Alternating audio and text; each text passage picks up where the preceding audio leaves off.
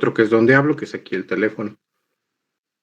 Cuando a ustedes les toca dar alguna de las clases, pues, obviamente ustedes presentan y yo ya los voy coordinando. A ver, déjame abrir esta cosa. Aquí está.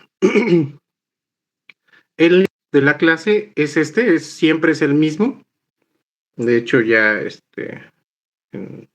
está ya programado para todos los lunes de 11 a 1 de la tarde.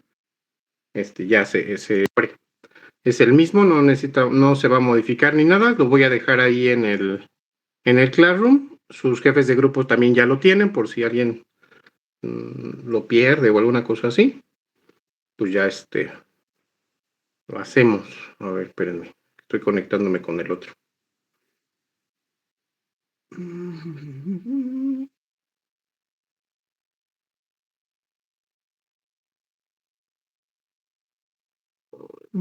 Aquí está. Bueno, antes que nada,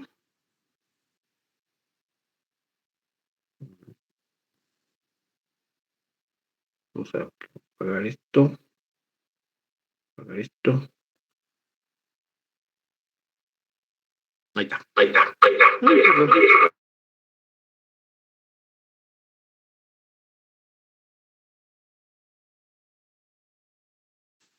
Hola.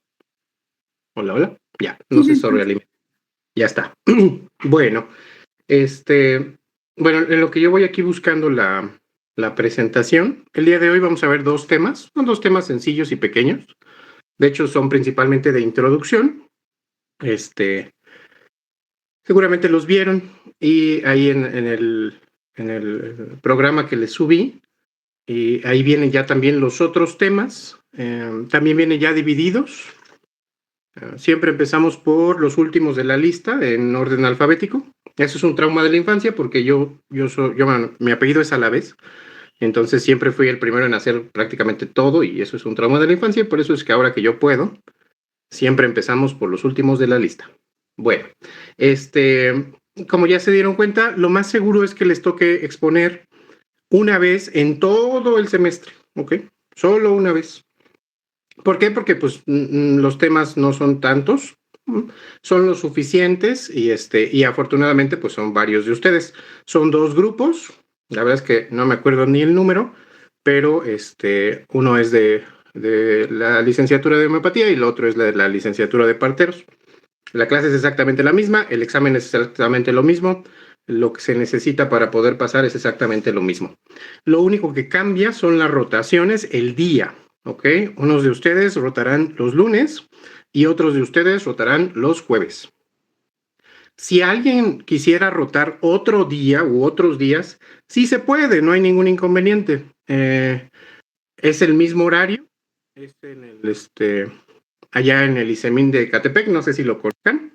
Yo allá estoy por las tardes y sí se puede, solo que ahí sí necesitaría que por favor se coordinen con sus jefes de grupo para pedir ese día. Si ustedes me dicen, oiga, yo quiero rotar el martes, sí se puede, solo que avísenme con tiempo. ¿Por qué? Porque yo necesito mover ahí algunas cosas. Los días que van a la rotación, intento que no esté yo tan saturado de actividades administrativas para que pues los pueda atender adecuadamente. Ya verán, la rotación es conmigo, no hay nadie más. Desafortunadamente, anteriormente había dos doctoras, dos psiquiatras por la mañana que a veces nos echaban la mano para también recibirlos. Sin embargo, en el sistema de salud de Dinamarca, pues decidieron renunciar porque las condiciones laborales no eran como las mejores. Entonces, pues desafortunadamente no hay nadie más, solo estoy yo por las tardes, entonces solo podrían rotar conmigo. Yo me acuerdo cuando yo era estudiante, a veces íbamos a rotar y bueno, no sé, nos tocaba rotar en gineco y nos mandaban a rotar a urgencias o a cirugía o cosas así por el estilo. Digo, está padre para aprender y conocer, pero pues el chiste es que roten en la materia que están tomando, ¿ok? Para que puedan, pues afianzar un poquito ahí el conocimiento que se les está dando. Entonces, por eso es que pues yo no los mando a otros servicios, se quedan conmigo. Estamos en la consulta externa. De hecho, vemos ahí pacientes de primera vez y también pacientes hospitalizados, que el día de hoy creo que no tenemos, a menos que hayan ingresado alguien en el fin de semana. Pero la mayoría de las veces sí tenemos pacientes hospitalizados propiamente de psiquiatría. Eso es un plus, muy pocos, si no es que casi ningún hospital tiene pacientes hospitalizados de psiquiatría, solo los psiquiátricos, obviamente, los hospitales psiquiátricos. Pero bueno, nosotros tenemos esa bondad.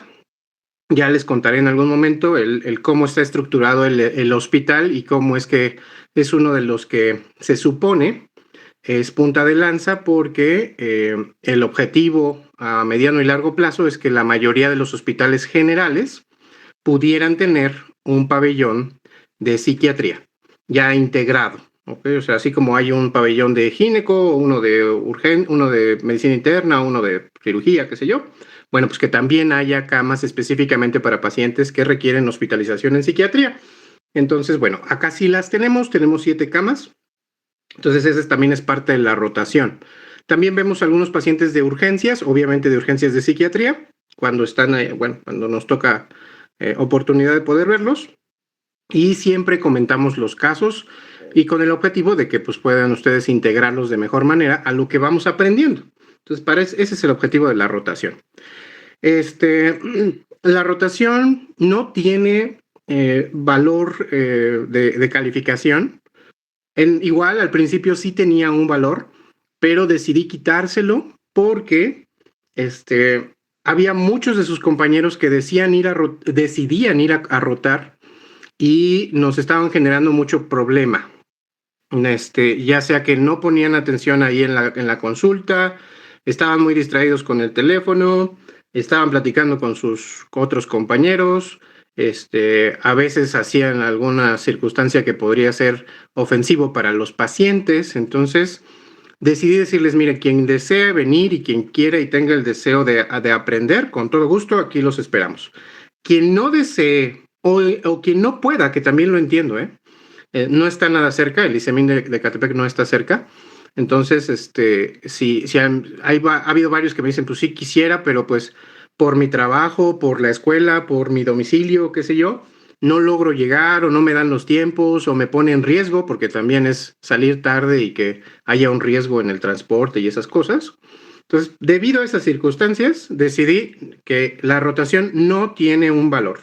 O sea, si ustedes van a rotar, está muy bien, es parte del aprendizaje. Si no van a rotar, no hay problema, no pasamos lista.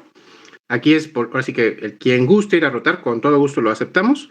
Se van a dar cuenta, soy distraído, no tengo ni idea de quién va a rotar. A veces me dicen, sí, doctor, ya vine 2 veces. Y yo, chido, porque no me acuerdo, pero bueno, qué bueno que ya han venido. Pero bueno, el objetivo es que puedan aprender. Por eso es que la rotación no tiene un valor académico, o sea, que interfiera con su calificación.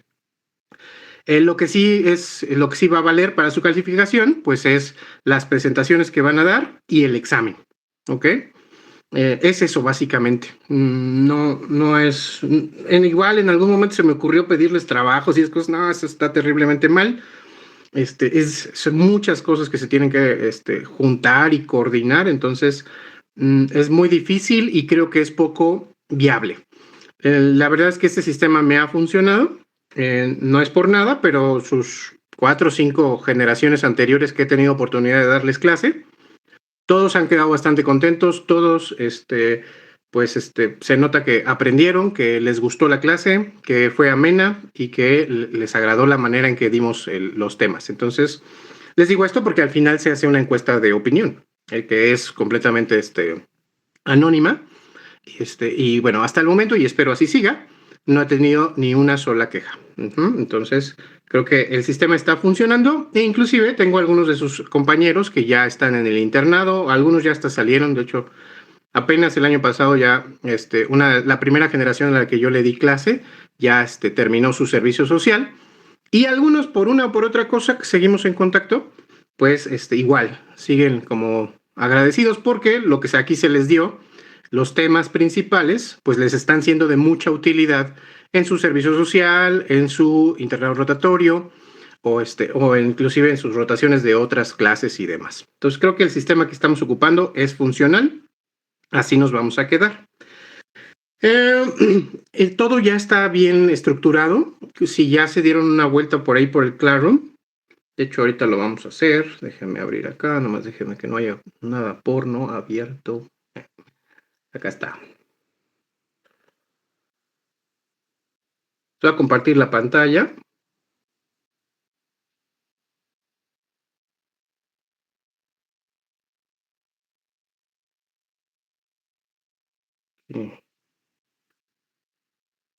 Bien, a ver, vamos a ver.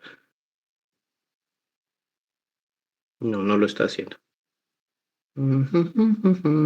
Es que parece que nomás les compartí. O sea, dejamos de compartir. Lo volvemos a hacer. Una sola. No, es la pantalla completa. Ahí está. Bueno, si ya se dieron una vuelta, acá está el Classroom.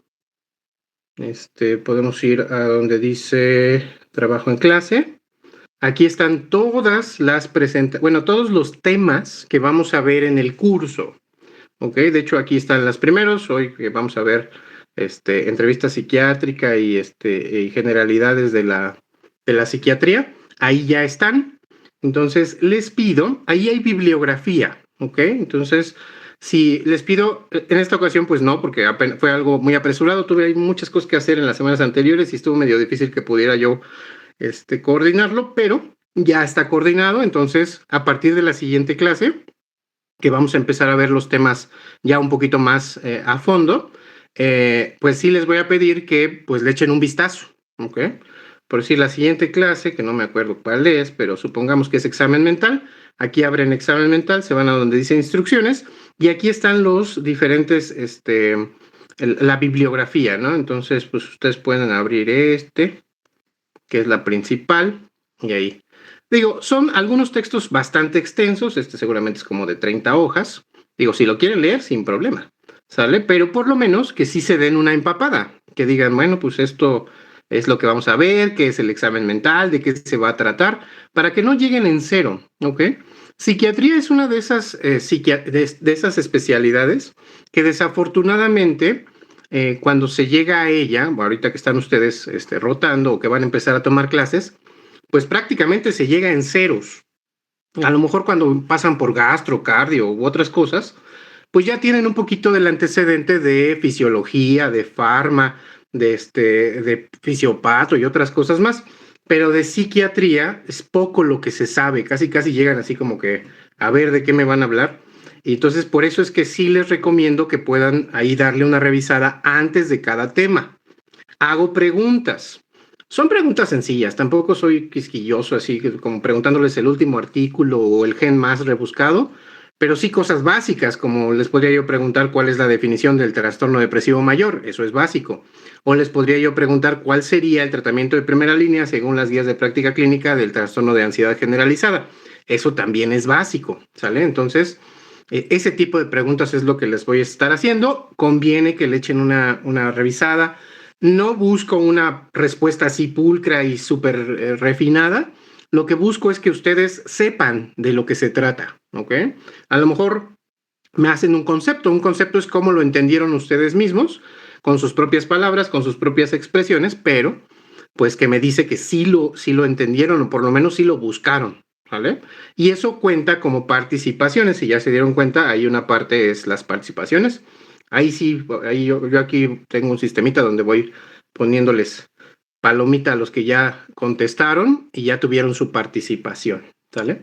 Entonces, bueno, conviene que se den una vuelta por acá por el Classroom. Cada tema está desglosado. Si por ahí de repente hay cosas que ya están un poco anacrónicas, que ya no sirven, que no creo, porque recientemente ya lo estuve depurando.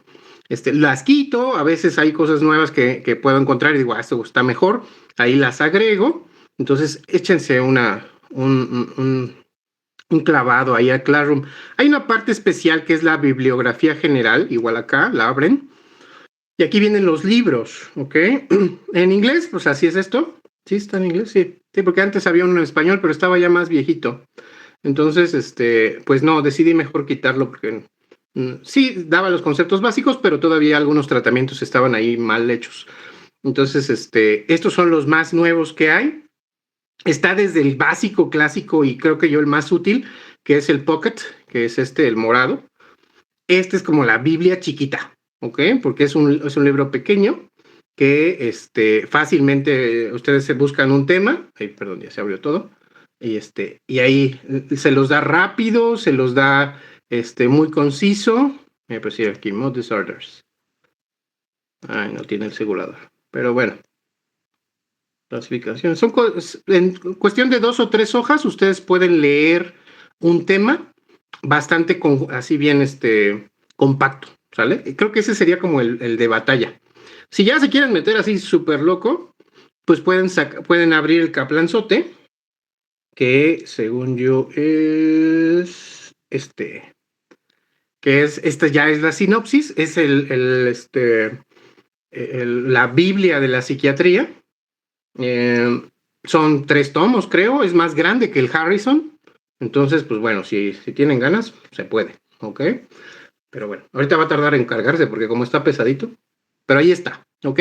Y están disponibles. Si quieren pueden verlo directamente aquí en el Classroom o si quieren pueden descargarlo. Si tienen por ahí una USB o un disco duro, lo pueden descargar. No hay ningún problema, se lo llevan, se lo piratean. Yo ya me lo pirateé antes. Entonces, para que lo tengan ahí, no hay necesidad de comprar o algo así. La verdad es que ahora ya prácticamente no hay necesidad de comprar libros. Ya la mayoría de ellos están disponibles, solo el chiste es poderlos buscar adecuadamente. Estas son como las bibliografías básicas. Si ustedes van a exponer, si tienen un tema, yo les recomiendo checar la bibliografía que está ya en su tema y complementarla o enriquecerla con lo que viene en los libros, ¿sale? Sí les pido que unos días antes de que les toque la presentación, por decir ahorita los que van a exponer el siguiente lunes, pues me gustaría que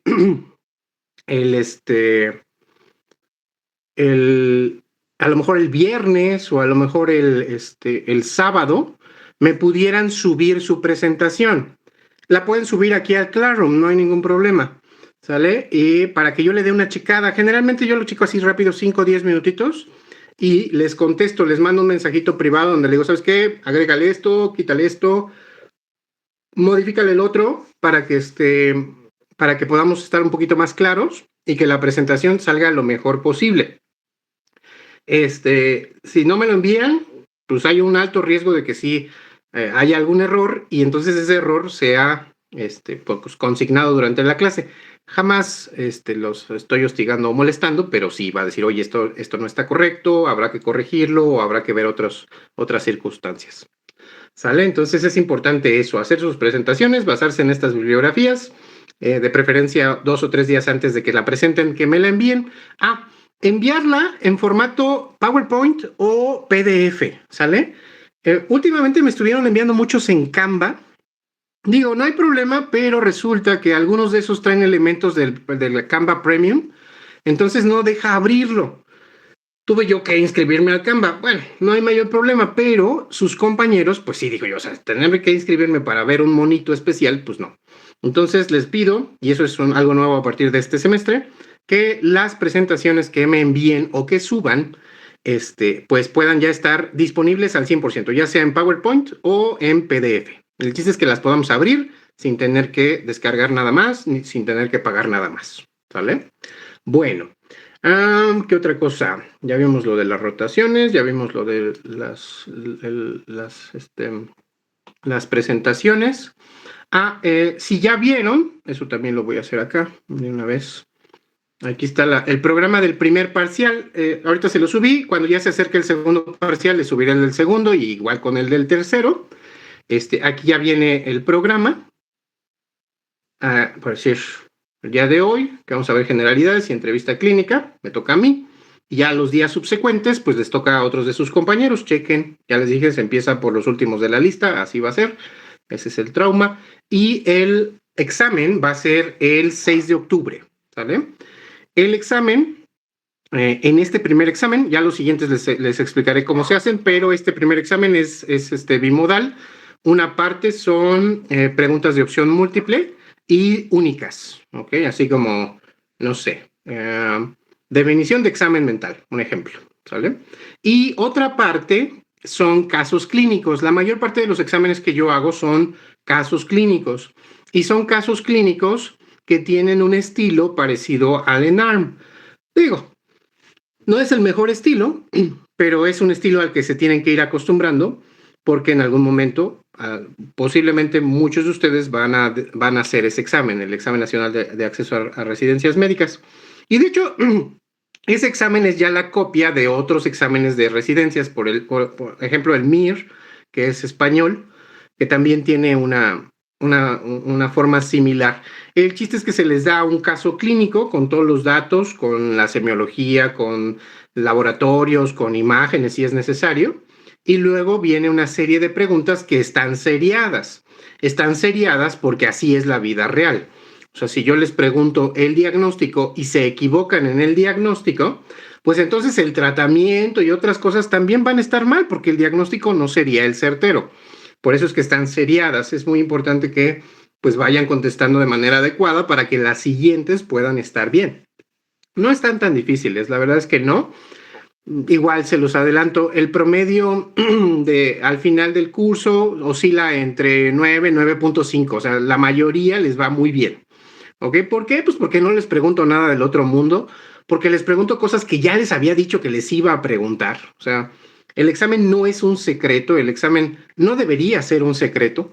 El examen es un instrumento para evaluar que sí saben, ¿sale? Ya si ustedes pues ahí lo buscan en Google o se lo pasan o demás, pues sobre su conciencia quedará y sobre sus pacientes caerá. ¿Ok? Entonces, bueno, dicen que entre menos burros, más olotes. Y actualmente, pues, los mejores médicos son los que, pues, se dedican a sí mismos y se actualizan y conocen más sin necesidad de que haya alguien que los esté ahí chicoteando para que aprendan o para que se actualicen, ¿sale? Entonces, ya estamos grandecitos. Creo que todos tenemos la capacidad para aprender por nuestro propio gusto, no por obligación. Bueno, aquí está ya el programa, vienen las fechas. Les decía del examen, ese examen es igual en línea, ya les contaré cómo se hace. Usamos una aplicación que es gratuita, que se llama Socrative. Generalmente una semana antes del examen, yo les mando un examen de prueba, es como un ejemplo, para que ustedes sepan cómo se abre, cómo se contesta, cómo se hace y demás, para que en el momento que ya hagamos el examen no haya problemas de, que no pude bajar la aplicación, que no supe dónde poner los códigos, que no pude contestar las preguntas, no. Que ya vayan ahí preparados y que en el examen solo se preocupen por contestar lo que saben, no por cuestiones técnicas. Entonces, bueno, eso ya lo veremos cuando ya se esté acercando el examen. ¿Y qué otra cosa? Bueno, en la parte de abajo, después de esto, viene aquí las reglas del juego.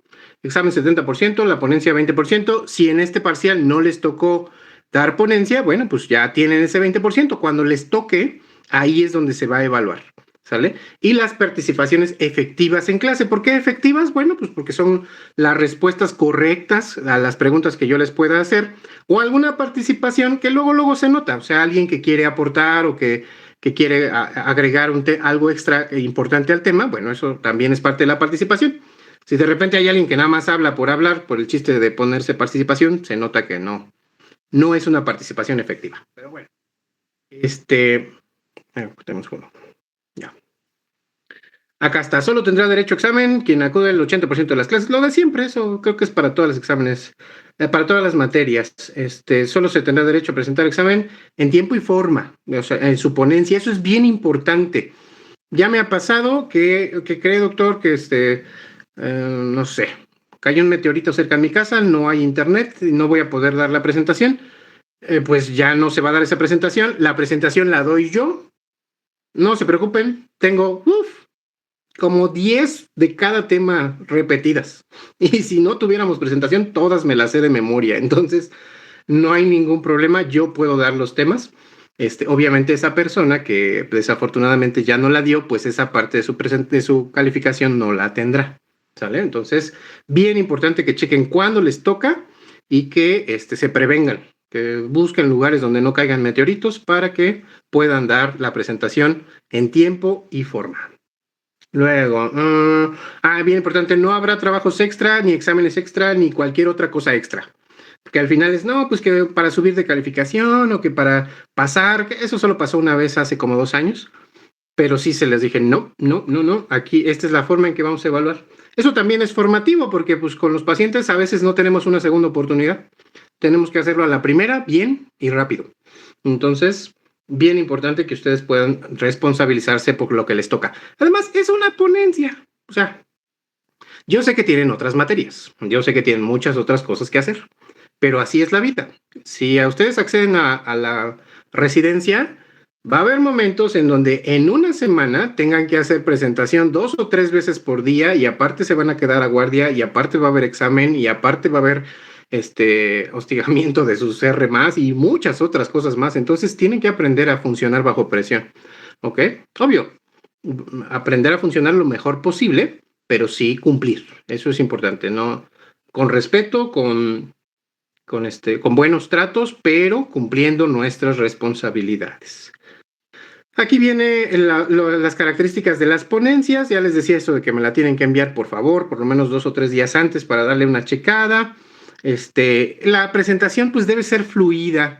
Estas presentaciones con mucho texto o que son muy aburridas, híjoles, intentemos no hacerlas de esa manera porque causan malestar para los compañeros y sobre todo porque no nos permiten ayudar adecuadamente, no nos permiten enseñar adecuadamente. Entonces, tratemos de que sea el texto mínimo, a lo mejor rico en elementos audiovisuales, tal vez algún video, tal vez algún imagen o fotografía.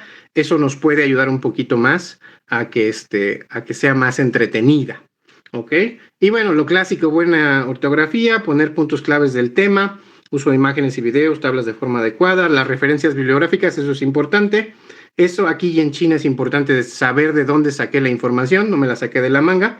Hay bases de donde estoy dando estos datos, eso es muy importante. Ok, y luego lo que les decía de las rotaciones. La rotación empieza a las 3 de la tarde, finaliza a las 6. ¿Por qué a las 6? Bueno, pues porque así lo hice para que ustedes puedan regresar a casa de una manera segura. Ahí muy cerca del hospital hay medios de transporte, está el Mexibus que conecta con el metro. También hay algunos camioncitos y demás que no son tan seguros, pero bueno, también es otra opción. El chiste es que pudieran regresar a casa temprano y que no se esté complicando. Yo de ahí del hospital del ICEMIN salgo a las 9 de la noche.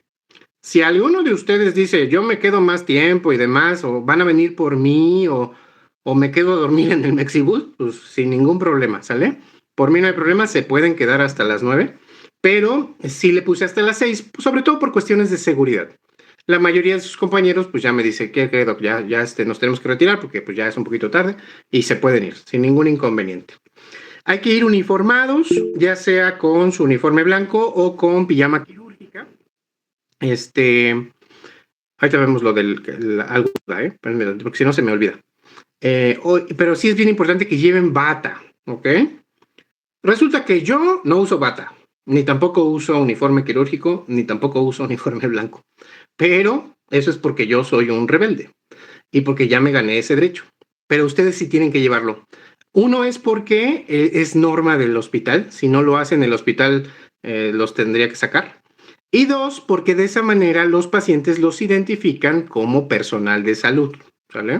Entonces digo, a mí ya me conocen, ya verán, tengo muchos fans ahí en el hospital, entonces por mí no hay problema, pero cuando van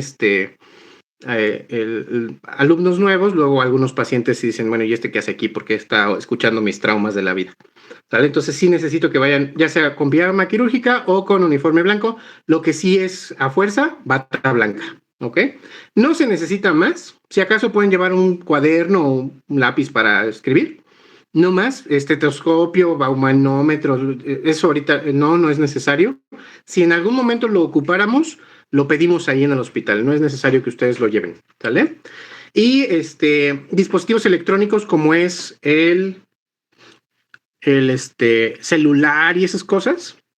Bueno, sí lo pueden llevar, obviamente, pero mientras estemos ahí en la rotación, no lo saquen, por favor, ¿sale?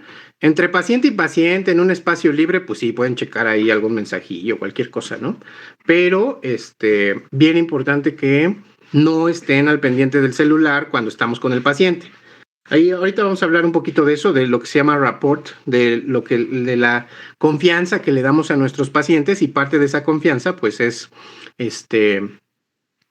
pues estarle poniendo atención, no estar al pendiente del celular, no estar distrayéndonos con otras cosas, ¿sale?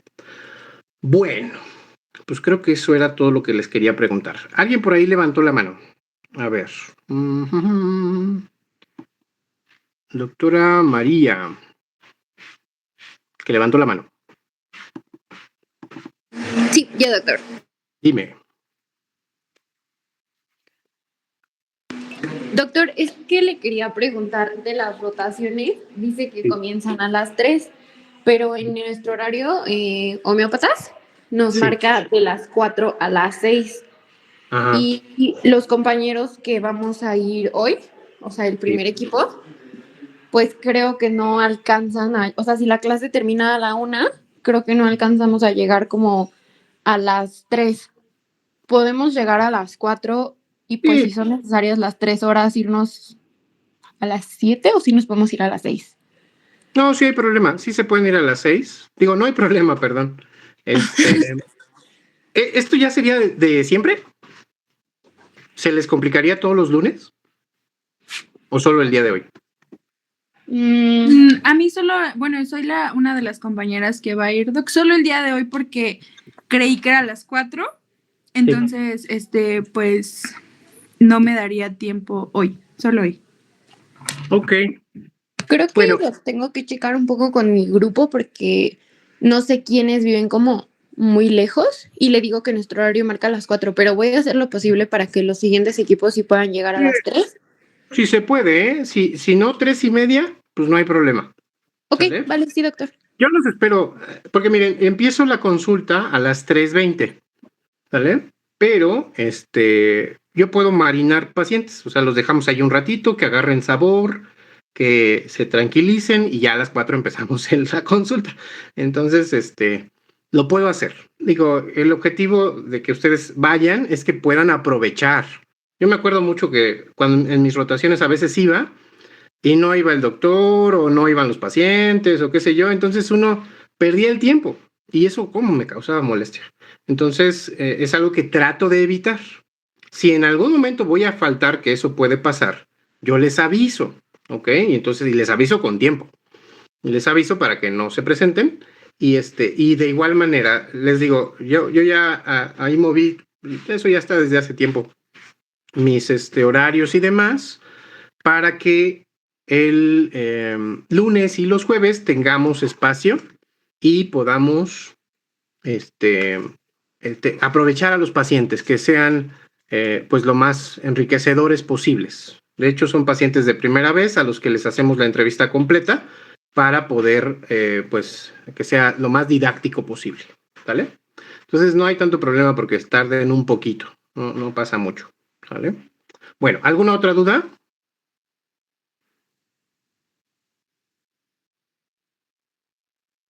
Hola. Sí, de nuevo yo, perdón. Sí. No te preocupes, doctora, dime. La pijama quirúrgica de cualquier color. Sí. Sí, no tengo problema. Sí, no hay problema. Nada más que sí lleven su bata y ya. ¿Ok? El chiste es que parezcan médicos. Porque digo, muchos de ustedes son muy jóvenes, entonces de repente pues se pueden confundir con niños de kinder. No es cierto. No, pero sí es importante porque es regla. Y eso qué bueno que me acordé. Ya van a conocer, ahí son medio payasos en el hospital. Entonces, necesito por favor que me lleven fotografías para hacer sus credenciales. Deben ser fotografías, no pueden ser impresiones.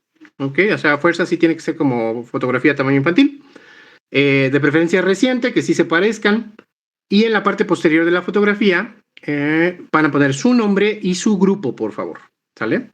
Tenemos 2 semanas, entonces puede ser en esta semana o puede ser la siguiente semana en el que las pueden llevar. ¿Ok? Ya después de ese tiempo se ponen bien frescos y entonces no los dejan entrar si ya no llevan su credencial. Esa credencial que les van a dar, híjoles, cuídenla como si fuera lo más preciado. ¿Por qué? Porque al final la tienen que regresar. Esa es una tontería. Cuando yo era estudiante, yo coleccionaba las credenciales. De hecho, tengo varias. Pero, pues no, acá el hospital considera la credencial como parte de su patrimonio.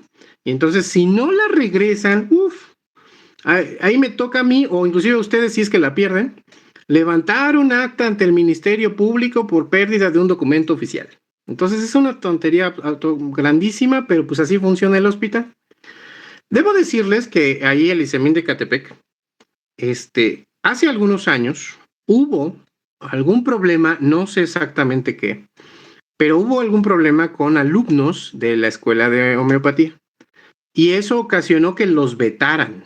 De hecho, cuando yo empecé a dar clases, a mí me dijeron que no los iban a recibir porque no estaban autorizados para recibir alumnos de la escuela de homeopatía porque habían tenido un problema. Pareciera que fue un problema severo. Después, pues ya hablé con la jefa de enseñanza, le hice ojitos a mucha gente y al final terminaron por aceptarme. Entonces ya pareciera que ya los perdonaron, pero aún así hay todavía resquemores. Entonces, tratemos de portarnos bien, tratemos de seguir las reglas para evitar que se pierda la oportunidad de las rotaciones. ¿Sale? Bueno, ¿alguna otra pregunta? ¿No? Bueno, ok. Si llegara a salir alguna preguntilla por ahí o algo así, pues bueno, en las siguientes clases o vía ahí está otro punto, su jefe o jefa de grupo. El jefe o jefa de grupo es la persona que está, ahora sí que es el medio de contacto. Si yo, alumno Juan Pérez, quisiera decirle algo al doctor de psiquiatría, tendría que hacerlo por conducto de mi jefe o jefa de grupo, ¿sale? Entonces la jefa de grupo o jefe de grupo tienen mi número de teléfono y entonces ahí me mandan, oiga doctor, ¿qué dice Juan Pérez? Que pasó esto, pasó lo otro, qué sé yo, y ahí lo vamos a checar, ¿ok? De manera personal difícilmente lo vamos a hacer porque tengo un montonal de cosas y ya se irán dando cuenta, montonal de pacientes, montonal de responsabilidades, montonal de cosas que hacer y a veces pues no tengo el tiempo suficiente. Entonces me auxilio mucho con sus compañeros que son los jefes de grupo. De hecho, esos jefes de grupo pues se llevan un punto extra por su trabajo, gracias. O sea, eso también es algo administrativo que se debe de evaluar. Entonces ellos al final se llevan un punto extra. Pero pues nos echan la mano. Solo los jefes de grupo. Ese es un problema. Bueno, espero, no creo que esta vez pase, pero el semestre pasado tuve subjefes de grupo.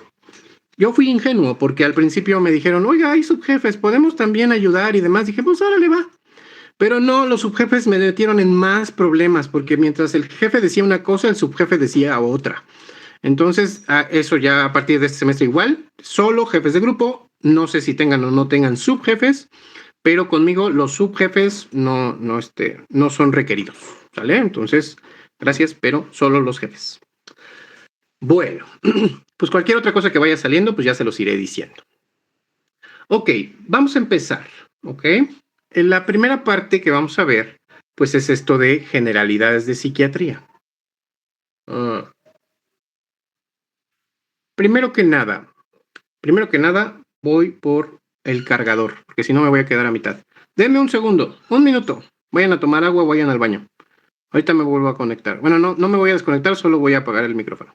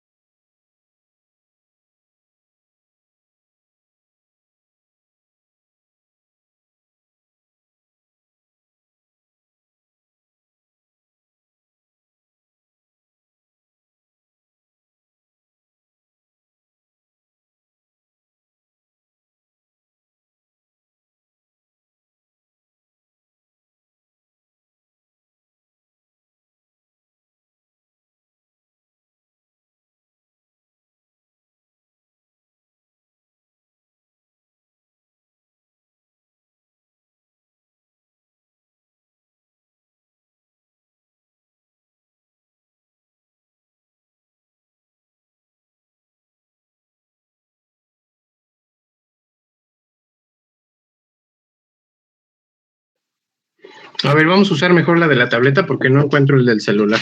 ¿Me escuchan ahí? Sí, Doc. Sí, Doc.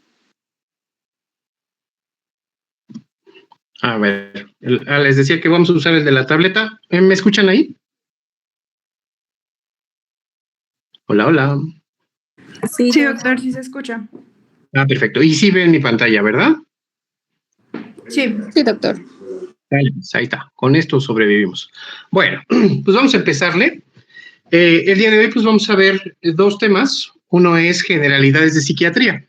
Este tema es breve, pero es importante porque tenemos que saber de qué estamos hablando. ¿Ok? La psiquiatría, como seguramente ya sabrán o se habrán dado una idea, pues es una rama de la medicina. ¿Ok? Esto es algo que mucha gente no tiene claro. Muchos pacientes o inclusive algunos médicos piensan que ser psiquiatra es porque se es psicólogo y ya después se hizo la especialidad en psiquiatría. No, eso es falso. El psiquiatra es un médico, ¿ok? Yo estudié medicina, yo soy egresado de la Superior de Medicina y posteriormente hice la residencia en psiquiatría. Son 4 años de residencia en psiquiatría. Entonces, somos especialistas médicos, ¿ok? Y somos médicos. Esta idea de las películas, de que los sentamos en el diván y entonces, a ver, Juanita Pérez, dígame cuántas veces la chanclearon cuando era chiquita, los traumas que tuvo durante la infancia y demás. Bueno, eso principalmente lo hacen los psicoanalistas, que es una rama diferente. De hecho, ellos sí, muchos de los psicoanalistas son psicólogos. Mientras que los psiquiatras, pues somos médicos que nos dedicamos a ver enfermedades mentales. Ya lo platicaremos en algún momento, pero les voy adelantando. Los psicólogos, así cualquiera, si ustedes tienen amigo, novio, amante, qué sé yo, que sea psicólogo o psicóloga, pues entonces deberán saber que los psicólogos se encargan o por lo menos estudian la mente y el comportamiento normal y saludable, ¿ok? Normal y saludable.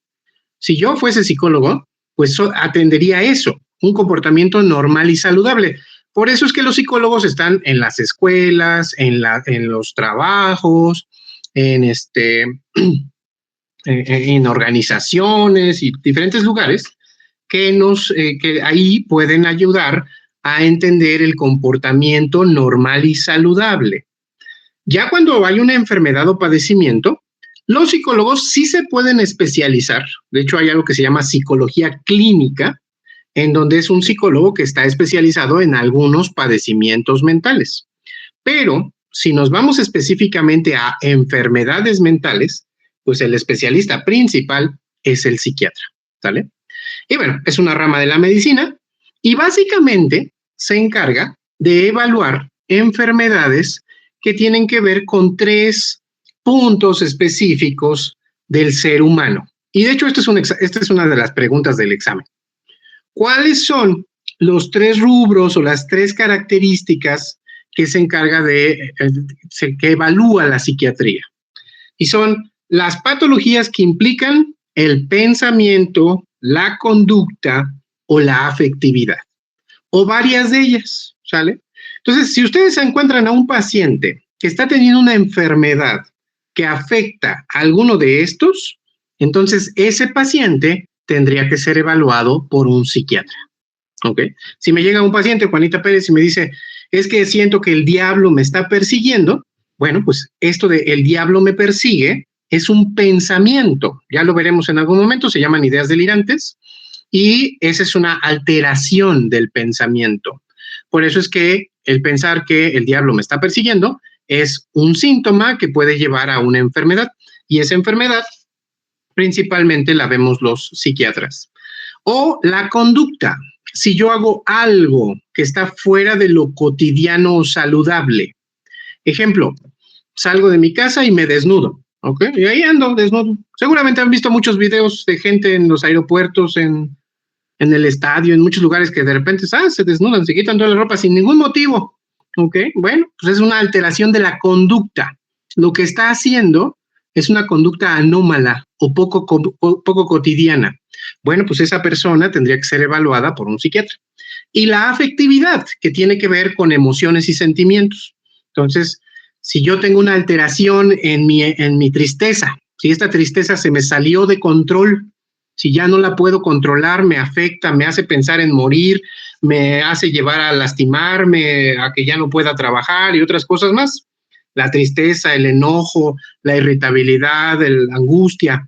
Bueno, diferentes emociones y diferentes sentimientos que están modificados o alterados, bueno, pues ahí le tocaría al psiquiatra. Entonces, bien importante, pensamiento, conducta y afectividad. Cualquier patología o malestar que afecte a alguno de estos tres, pues tendría que ser evaluado y tratado por un psiquiatra, ¿vale? Entonces, bien importante porque luego de repente nos mandan cosas que no nos toca al psiquiatra. Ejemplo, no falta el cirujano que me manda un paciente. Oiga, doctor, es que este paciente no se quiere tomar su medicina. Bueno, pues no se quiere tomar la medicina, no es una enfermedad, ¿ok? El paciente tiene el derecho a no querérsela tomar, a lo mejor no le has explicado bien para qué es la medicina o no le has explicado bien por qué se la tiene que tomar. Ahora, tal vez ya se lo explicaste, pero el paciente, pues es autónomo. Y si nos guiamos por la bioética, ese paciente tiene el derecho a no tomarse las medicinas. Entonces, pues ni modo, ahí se va a morir, pues se va a morir, ni modo. Pero, pues no es algo que el psiquiatra pueda atender. No tiene que ver con alteraciones del pensamiento, la conducta o la afectividad. ¿Sale? Bueno, un poquito de historia. Pues anteriormente las enfermedades mentales pues se asociaban con posesiones demoníacas o castigos divinos, porque pues era bien fácil, ¿no? Si la persona decía que lo perseguía un demonio o que veía a Dios o que hablaba con Dios, pues muchas veces decían, esto no es una enfermedad, esto es algo ya más espiritual o inclusive hasta religioso. Entonces, varias enfermedades mentales en la historia de la humanidad estuvieron relacionadas con este aspecto más esotérico, divinal o religioso. Durante mucho tiempo, algunas personas con enfermedades mentales se consideraron adivinos o se consideraron mentores, como si fueran personas que sabían el futuro, que sabían lo que iba a pasar, y entonces, bueno, pues se les hacía caso, ¿no? Si decían, no, es que se va a acabar el mundo en el 2001, no, pues se va a acabar el mundo en el 2001, ¿sale? Bueno, esto pues forma parte de la historia de la humanidad. Pocas culturas, pero ya, sobre todo las más evolucionadas, o por lo menos las que tenían un poquito más de avance en el ámbito científico, empezaron a asociar estos malestares mentales con el funcionamiento del cerebro, ¿ok? Es el cerebro, en este caso es el órgano, que puede funcionar mal y ocasionar este tipo de enfermedades mentales. Aquí tenemos una de ellas. Este es el papiro de Edwin Smith. Está en Inglaterra, si no mal, no es cierto. Está en Louvre, que es en Francia. Ahí está exhibido y es uno de los primeros documentos médicos que se conocen en la historia de la humanidad. Ahí vienen varias enfermedades, varias curas, varias pociones y demás que se usaban para remediar algunos malestares.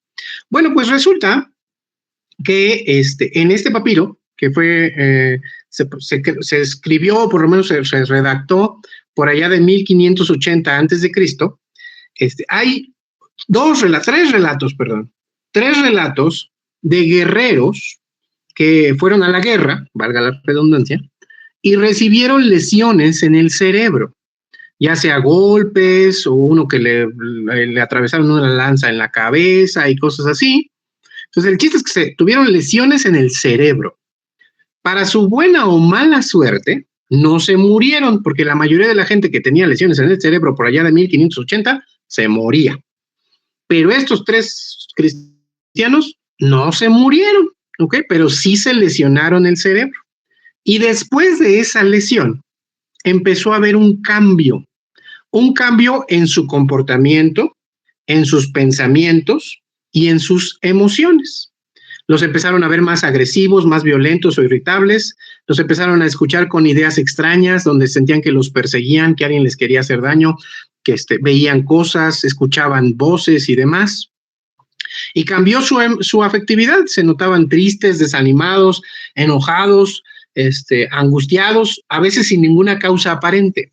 Entonces, en ese papiro se estipula que es muy probable que las lesiones en el cerebro hayan ocasionado esos cambios de conducta, emociones y de pensamientos. Entonces, es uno de los primeros escritos que justamente ya dice, oye, chécale, no es que le haya caído el demonio, no es que tenga un mal del corazón, es el cerebro ahí, lo que está dentro de la cabeza se lastimó porque ahí le dieron un porrazo o le atravesaron una lanza y después de eso empezaron los síntomas. Entonces ahí de manera empírica se empezó a saber que las enfermedades mentales pues tenían que ver con el funcionamiento cerebral. Bueno, no todas las culturas asociaron directamente el cerebro. Por decir, aquí en América, en Mesoamérica específicamente, los aztecas o tenochcas mencionan, esto de la enfermedad mental es desde siempre, esta idea de, es que estar deprimido está de moda, estar ansioso es algo nuevo, no es cierto. O sea, toda la historia de la humanidad, desde los griegos, la melancolía es una expresión de la enfermedad mental que ya se mencionaba desde hace siglos. Entonces esto ya iba muchísimo tiempo, solo que no siempre le pusimos atención. Los aztecas pues tenían varias personas que padecían enfermedades mentales y entonces ellos asociaban ya sea el problema depresivo, de ansiedad o inclusive hasta de esquizofrenia con pues algún castigo divino, que a lo mejor te portaste mal tú o tus antepasados y por eso es que ahora estás teniendo estos malestares. Pero para ellos, en donde radicaba el problema, estaba en el corazón. Entonces ellos decían que era el yolotl, que es el corazón, el que estaba afectado. Inclusive algunas de sus técnicas terapéuticas tenían que ver con hacer que el corazón tuviera más calor o se acelerara para que de esa manera pudieran mejorar algunas enfermedades mentales. Para los aztecas, las enfermedades mentales principalmente estaban en el corazón, en el yolotl. Pero bueno, varias otras culturas lo empezaron ya a relacionar con el cerebro, porque es principalmente el cerebro el que lo hace, ¿vale? Bueno, esto es un poquito de historia antigua. Ya más para acá, saltando como muchos ciclos hacia adelante, pues se empezó a desarrollar propiamente la psiquiatría. Muchas especialidades médicas se desarrollaron por sí solitas, porque eran clásicas. Si yo tenía un problema durante el parto o durante el embarazo, pues eso era muy común, muy, muy común. Y pues todas, o si no es que todas, la gran mayoría de las mujeres se embarazaban y muchas tenían problemas durante el embarazo y durante el parto. Entonces eso obligó a que el desarrollo de la ginecología y de la obstetricia, y seguramente no sé si ya llevaron gineco, pero si ya la llevaron o no la han llevado, pues resulta que los avances en gineco y los textos de ginecología son viejísimos. Es una de las especialidades médicas que más tiempo lleva desarrollándose por sus propias características. Sin embargo, la psiquiatría, por sus características, pues no se desarrolló tan rápido.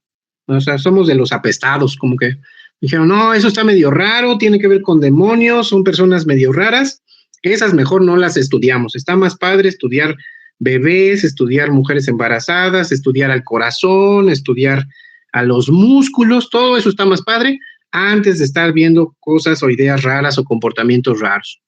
Pero bueno, nunca faltó alguien por ahí que le gustó esas cosas raras y pues empezó a desarrollar un poco más de ciencia. Uno de ellos, no el principal, ahí está, ese es uno de los grandes mitos, porque luego no siempre les pregunto, pero a veces les pregunto, ¿cuál es el padre de la psiquiatría moderna? Y muchos me ponen Sigmund Freud, porque se dejan ir por Netflix o por varias películas que hablan de Freud. Bueno, resulta que Sigmund Freud no era psiquiatra. Sigmund Freud era neurólogo, ¿ok? O sea, de origen era neurólogo. Y Sigmund Freud, su gran aportación o lo que nos ayudó es más hacia el psicoanálisis. Sigmund Freud es considerado el padre del psicoanálisis. El psicoanálisis es una técnica psicológica para entender el pensamiento. ¿Ok? Entonces, yo como psicólogo quiero entender por qué Juanita Pérez está triste. Y entonces me pongo ahí a buscar el chisme y me doy cuenta que cuando Juanita Pérez tenía 10 años, su mamá la abandonó. Ya no la quiso, la dejó ahí en la calle, y eso hizo que Juanita se sintiera vulnerable, se sintiera excluida, se sintiera menos que los demás. Y ahora que Juanita Pérez tiene 50 años, pues revive ese trauma y eso ocasiona su depresión. Entonces, esa es la explicación desde un modelo de psicoanálisis para la depresión. Y entonces Sigmund Freud hizo muchos estudios, muchos de ellos cuchareados, o sea, eso ya está bien evidenciado, que Sigmund Freud hizo trampa. Muchas de las historias que él narró en sus libros no sucedieron de esa manera. Él las modificó para que pudieran cuadrar, para que pudieran ser más verosímiles. Entonces, pero sí ayudó, de hecho, ayudó a poder entender por qué es que la mente se comporta como se comporta, pero desde un punto de vista psicológico, no médico, ¿ok? Entonces, Sigmund Freud sí nos ayudó, pero aunque muchas veces se asocia con la psiquiatría, pues no tiene una relación directa. Algo que sí nos ayudó ahí a los psiquiatras y que tiene que ver con Sigmund Freud, es que dentro de sus escritos, él mencionaba que la enfermedad mental es originada por alteraciones en el control de las pulsiones y de los factores ambientales. Y eso sí es cierto y nos ayuda en psiquiatría. ¿Por qué? Pues porque las enfermedades mentales tienen que ver con múltiples factores. Factores ambientales, pues si mi abuelita me chancleó cuando era yo chiquito, pues ese es un factor que me pone en riesgo. También si estoy viviendo en un ambiente violento ahí en Ecatepec o en algún lado de México donde hay mucha gente violenta y demás, eso puede ocasionarme alguna alteración. Entonces, el ambiente tiene que ver, pero no solo el ambiente, también la genética. Y eso habla de las pulsiones. Las pulsiones son los impulsos primitivos. Los impulsos primitivos, que principalmente son alimentación, sexualidad y agresión, pues son heredables. Seguramente ustedes han visto, hay una persona que es bien mecha corta, que se enoja por todo y que muy fácilmente se prende, y esa persona, sus hijos, heredan parte de ese comportamiento. Entonces, ese pobre control de las emociones o de los impulsos también es heredable.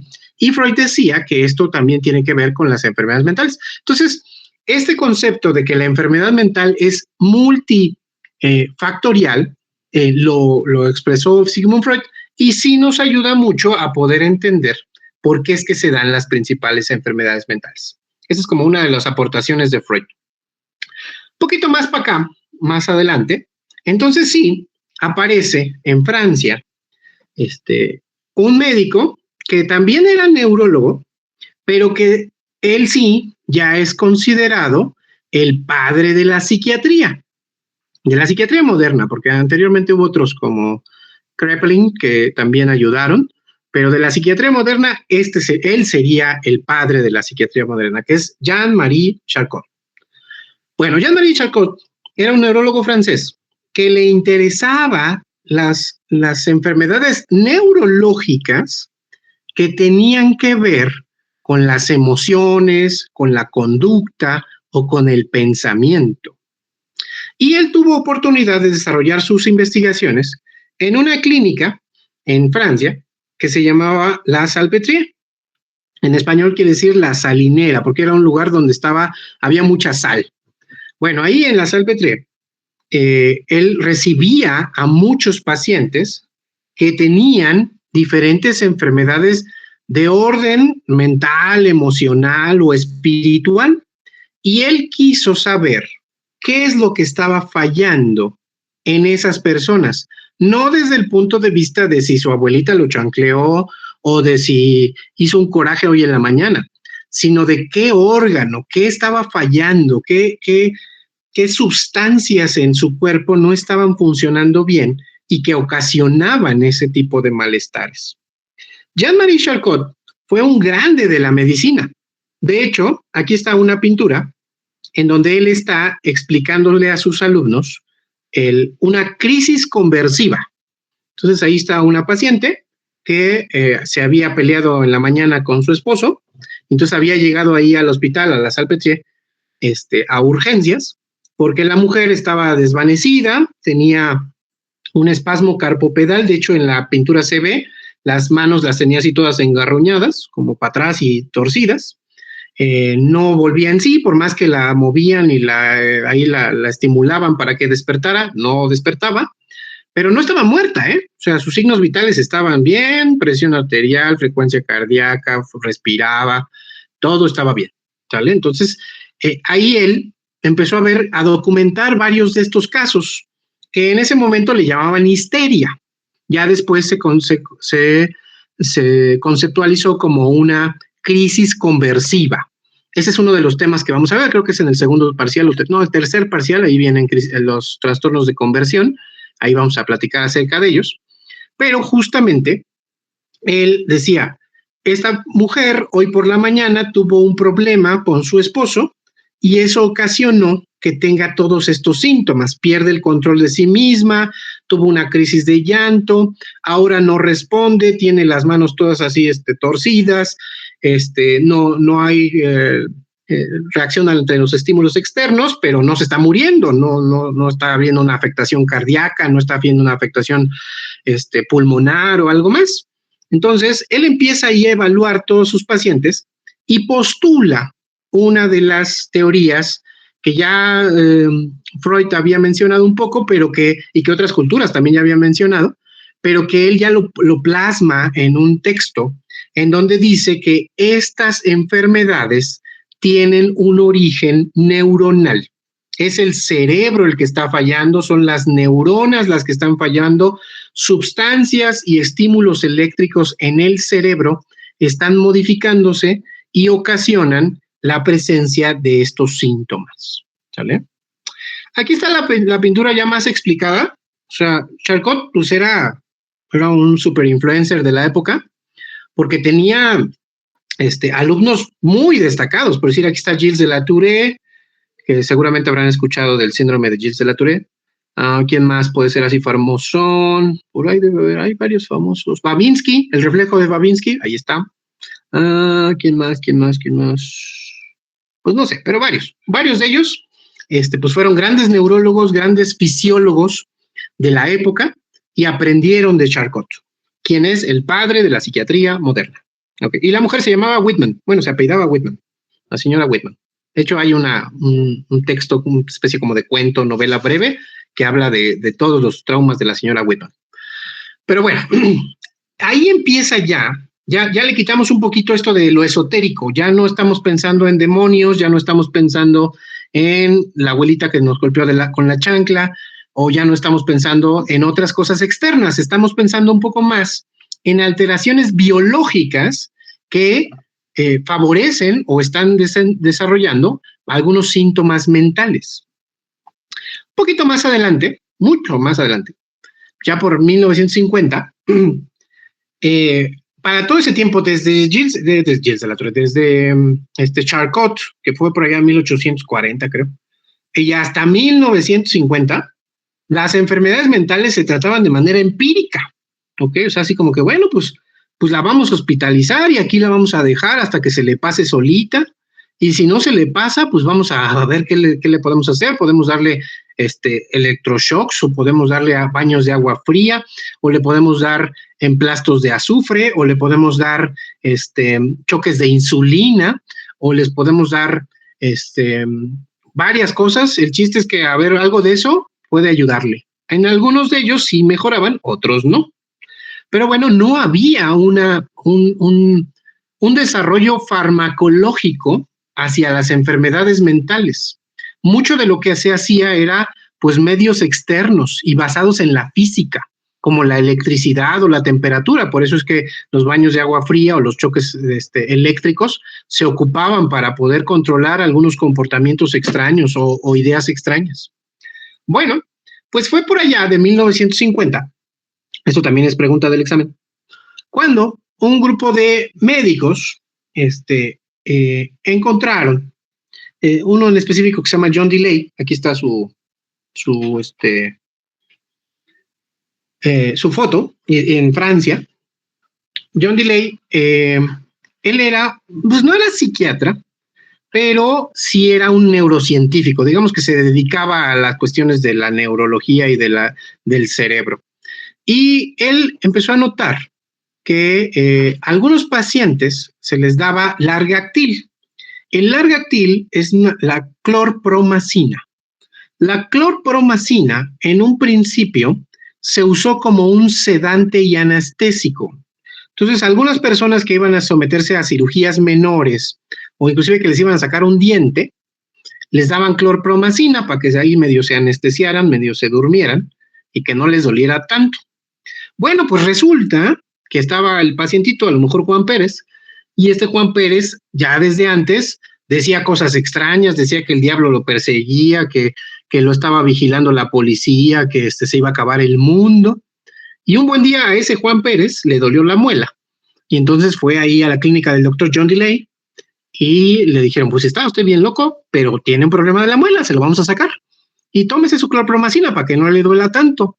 Y santo remedio, la clorpromacina le controló los síntomas psicóticos, las ideas extrañas, los comportamientos raros. Ya al final terminó Juan Pérez sin muela y sin comportamientos raros. Entonces ahí John DeLay dijo, caray, como que esta medicina ayuda en otras cosas.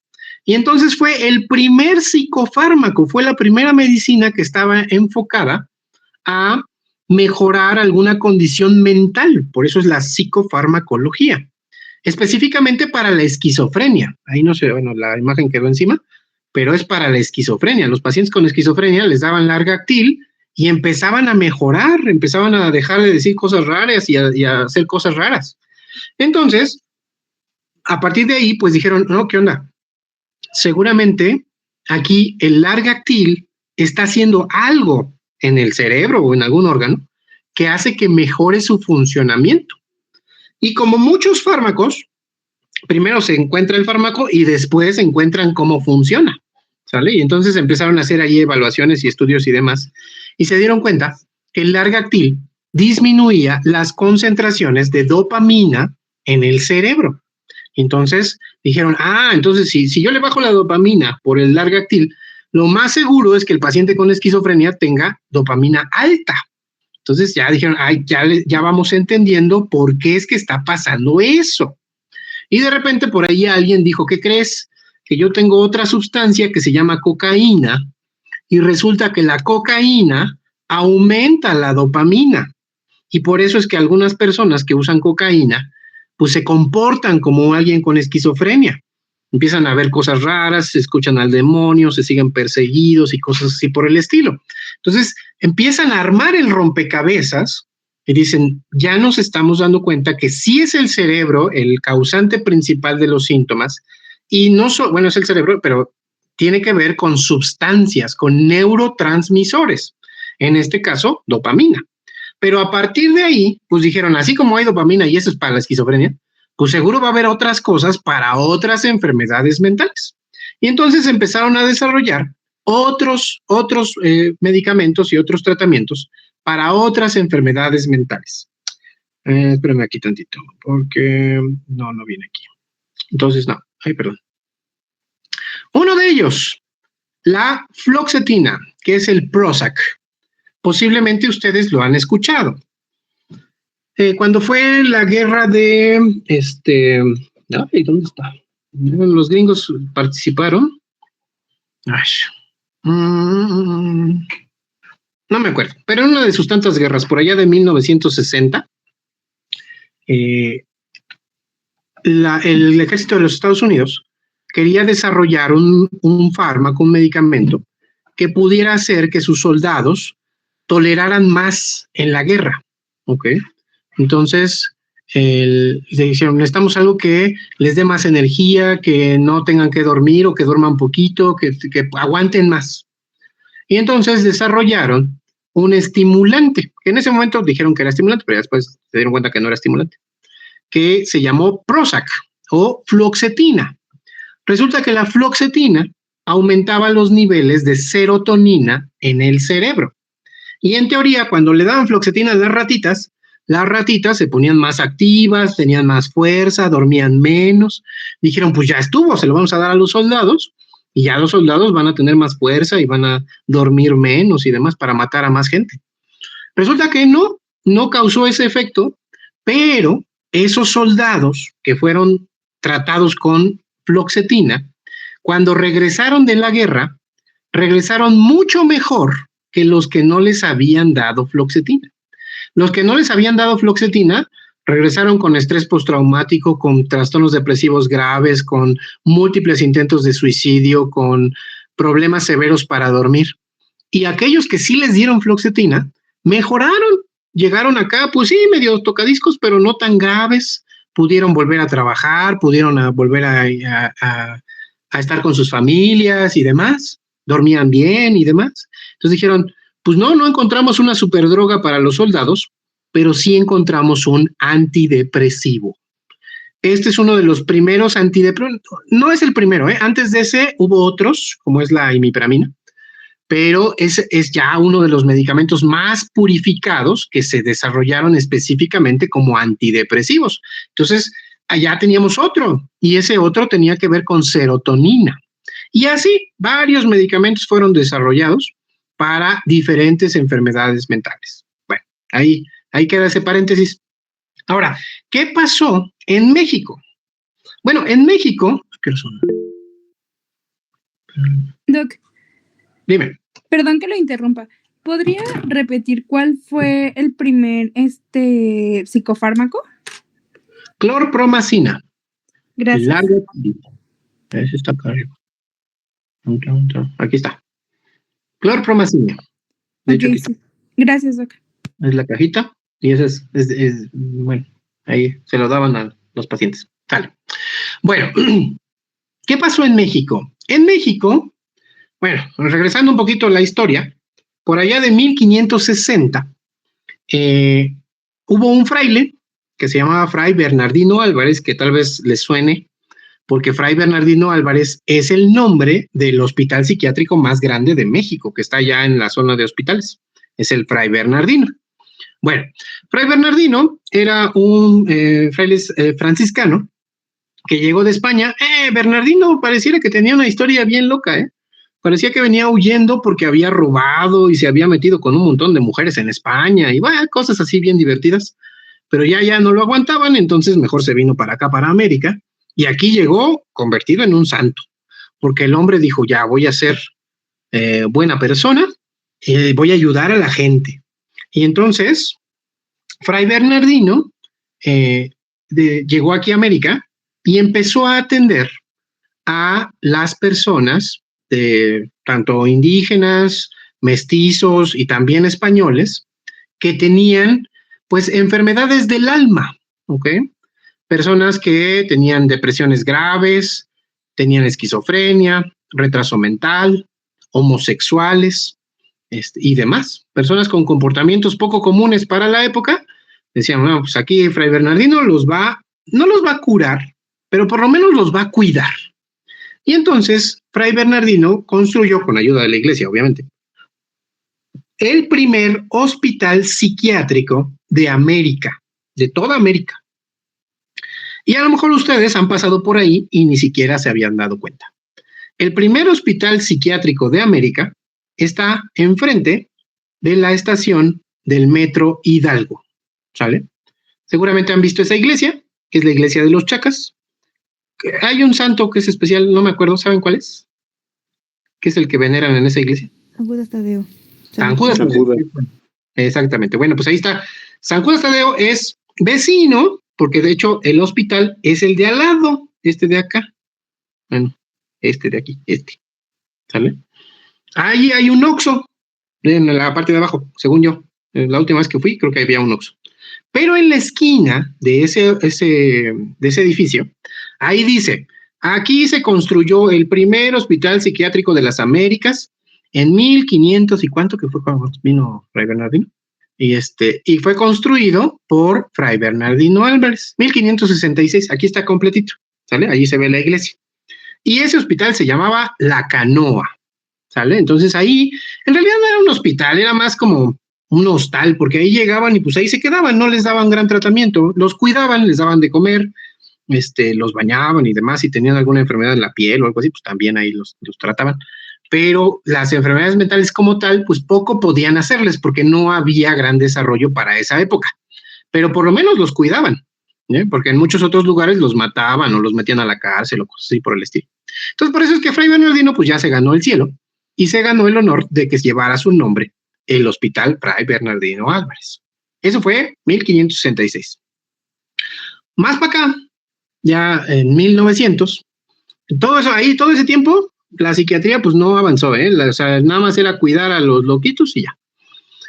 Pero por allá de 1910, Porfirio Díaz fue a Francia y en Francia estaba un movimiento donde decían, era muy parecido a lo que está pasando ahorita, tenemos que ser empáticos, todos tenemos que tratarnos bien, ser igualitarios y demás cosas por el estilo. Y entonces, pues a las personas con enfermedades mentales las tenemos que tratar bien, también son personas. Entonces vamos a construir ya edificios u hospitales para esas personas. Y lo que construyeron fueron manicomios. En Francia fue donde se construyeron los primeros manicomios. De hecho, la Salpêtrière, que fue uno de los que vimos para 1900 y cacho, para 1800 y cacho, pues ese era uno de esos manicomios. Porfirio Díaz fue y los vio y dijo, está bien chido, tenemos que ser como el primer mundo. Entonces, ahora que regrese, allá en México, voy a construir un manicomio. Y le encomendó esta construcción a su hijo, el arquitecto de la Castañeda, era el hijo de Porfirio Díaz, que no me acuerdo su nombre, pero se apellidaba Díaz, eso estoy seguro. Bueno, él lo construyó a imagen y semejanza de los edificios franceses. Si ustedes alguna vez han ido al Hospital General de México, supongo que sí han ido en algún momento, el Hospital General de México, no pongan atención a los nuevos edificios, los edificios grandes, altos, esos no. Pongan atención a los viejitos. Los viejitos del Hospital General de México, los edificios, son pabellones de un piso, si acaso de dos, no son más altos, porque los hospitales franceses se construyen en forma de villas. Entonces es como la villa de las embarazadas, ¿sale? Y esa villa no tiene 7 pisos, no, es solo un piso. Y luego tenemos la villa de los niños, los pediátricos, igual. Y obviamente son terrenos enormes, grandísimos, por eso es que el Hospital General de México es enorme, allá adentro es un país completo. Bueno, pues así estaba construido la Castañeda. Entonces teníamos el pabellón de los idiotas, así se llamaba. ¿Por qué? Pues eran los pacientes con algún tipo de discapacidad intelectual o retraso mental. Tenía el pabellón de los enajenados, así se llamaba, principalmente pacientes con esquizofrenia, con trastornos obsesivo-compulsivos, problemas de ansiedad severos. Pabellón de los desviados, los homosexuales, lesbianas, personas con trastornos de la respuesta sexual y otras cosas más, pues ahí estaban. ¿Sale? Entonces estaban esos pabellones de diferentes tipos y todos dentro de un mismo complejo que era el manicomio, que en ese momento se llamó la Castañeda y por como cuentan era hermoso, o sea, las construcciones eran de última generación y con gran estilo y mucho desarrollo artístico, ¿ok? Desafortunadamente, pues lo destruyeron. La Castañeda está en lo que actualmente es Mixcoac. Lo que actualmente es Mixcoac. Si alguna vez han pasado por la unidad habitacional Mixcoac, bueno, pues ahí estaba la Castañeda. La demolieron en 1960 y la fachada principal, digamos que la entrada principal, se la llevaron a una zona que era que está en Amecameca. ¿Sale? Entonces hay un rancho en Amecameca, es privado, no dejan entrar, pero ahí está la fachada principal de la Castañeda. Y si ustedes quieren conocerlo, pueden googlear, hay una telenovela que se llama El vuelo del águila, y que en esa telenovela sale la fachada de la Castañeda y lo usan como uno de los escenarios principales, ¿sale? Pero bueno, Es parte de la historia de México. Bueno, la Castañeda en su principio funcionó bastante bien. Dividía a los pacientes, les daba un buen trato, comida caliente, enfermeras, médicos. Se empezaron a usar algunos de los tratamientos más novedosos que ya se estaban usando en Francia, a los electroshocks, algunos tratamientos con toxinas que lo que hacían es que reiniciaban al cerebro, generaban ahí una cascada de neurotransmisores a nivel cerebral y o se moría el paciente o no se moría, pero ya cuando regresaba, pues ya regresaba mejor. Entonces, pues varios de esos tratamientos ahí se estuvieron dando. Inclusive, ahí en la Castañeda se empezó ya a desarrollar aquí en México la especialidad en psiquiatría. Ya había médicos que deseaban estudiarlo y que iban a la Castañeda para poder saber y conocer los principales tratamientos en cuanto a psiquiatría.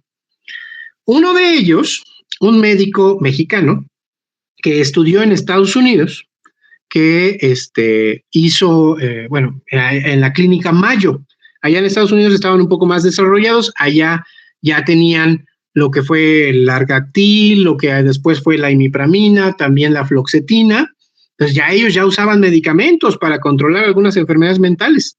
Y ahí fue a estudiar un médico mexicano que es el doctor Ramón de la Fuente, el que está en blanco y negro, la foto, ¿sale? Juan Ramón de la Fuente, que fue uno de los primeros psiquiatras mexicanos.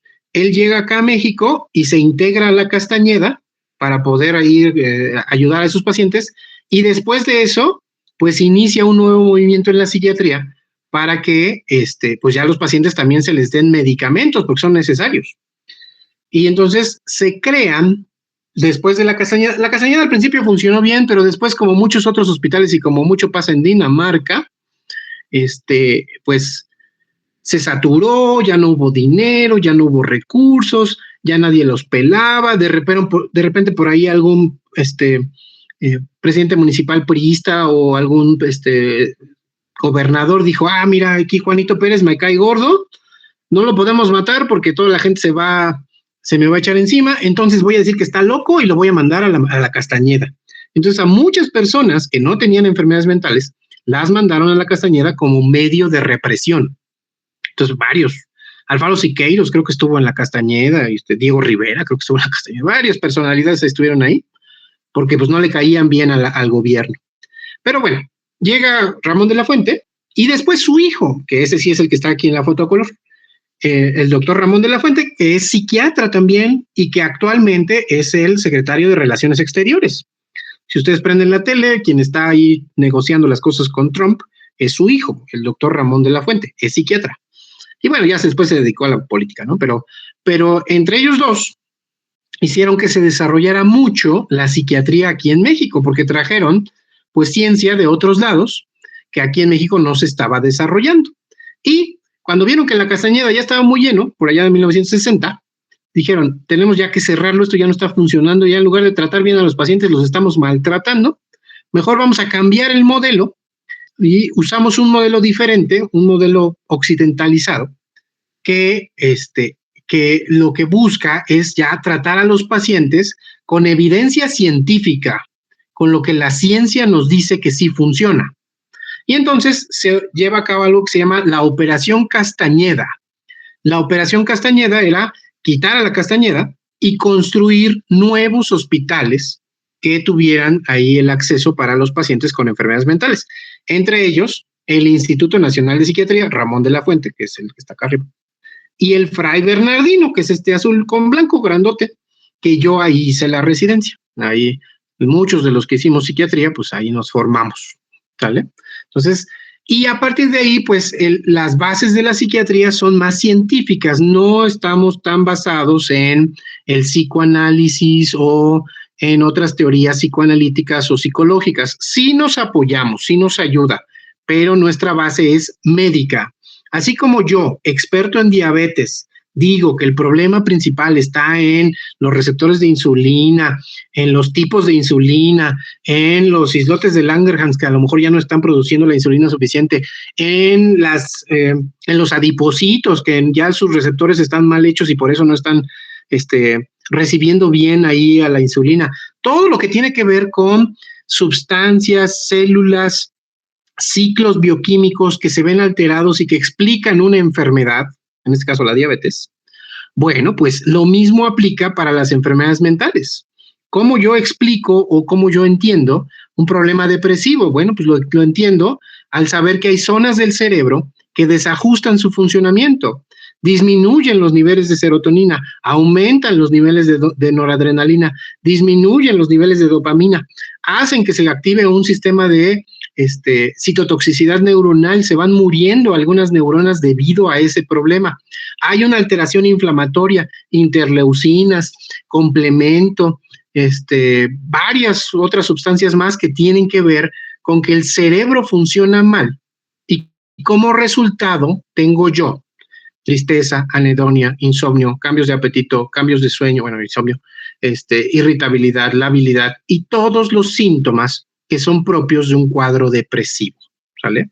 Entonces, en eso estamos. Actualmente se quiere implementar un modelo en donde lo que queremos es que el paciente ya no esté en el psiquiátrico, en el hospital psiquiátrico.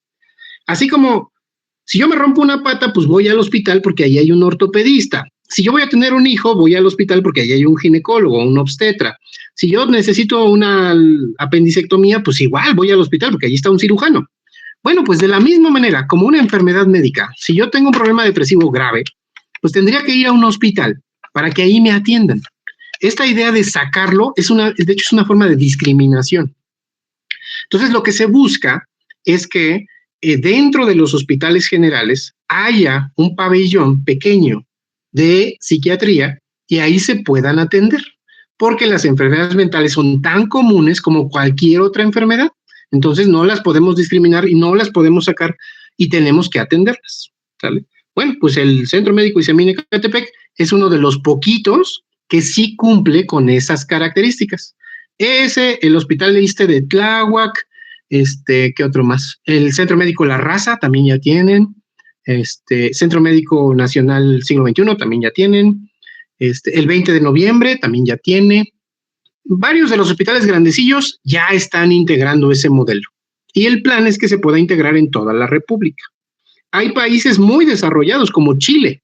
En Chile, el Hospital Universitario de la Universidad Católica de Chile es uno de los que tienen más espacio para pacientes de psiquiatría.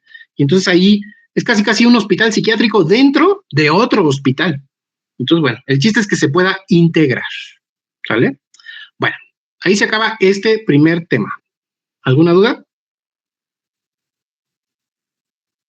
No, doctor. No, todo bien. Sale. Bueno, y ahora vamos al otro que espero, está chiquito. No nos tardamos más. Nada más déjame que salga la cosa. Aquí está. Tururum. Después de ver generalidades, vamos a ver entrevista.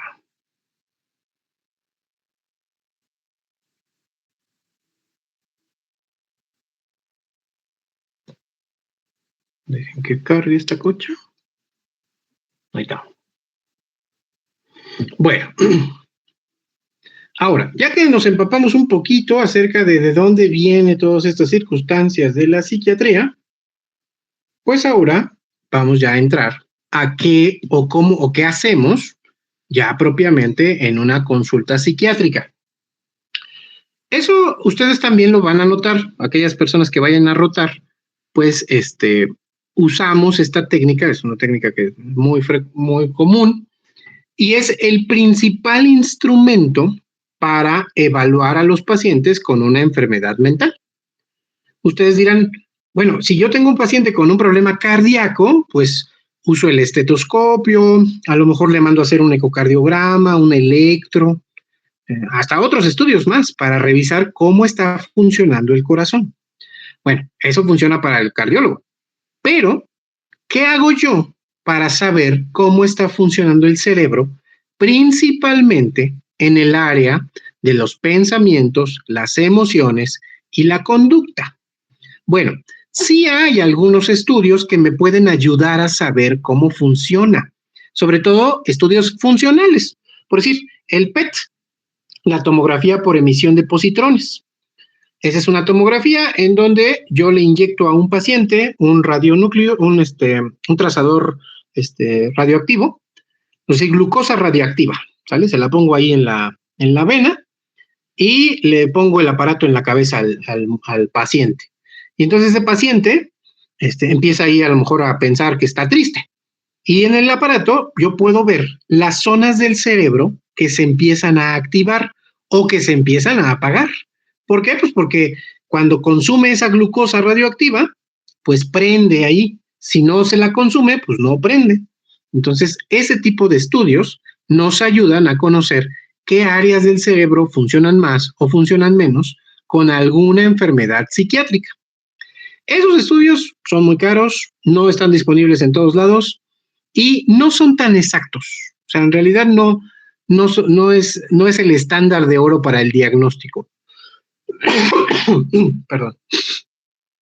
Entonces, usamos un método alternativo. Y el método alternativo que ocupamos es el método francés. Y el método francés es entrevista. ¿Cómo puedo saber qué siente, qué piensa y qué hace mi paciente? Pues la mejor manera es echándonos un buen chisme, ¿ok? Platico yo con él, lo entrevisto. Es una entrevista estructurada, tampoco es de, a ver, cuénteme el chiste. No. Ahí va paso a paso, ahorita vamos a ir viendo. Para ir sacando información, para haciendo semiología. Así como si yo le apachurro ahí el hipocondrio, ¿qué es esta madre? Ya no me acuerdo. El derecho, ¿ok? Entonces, el hipocondrio derecho, a lo mejor digo yo, pues le dolió, tal vez tiene apendicitis. Entonces, ahorita voy a hacer voy a buscar el signo de McBurney, y todavía me acuerdo de esas cosas.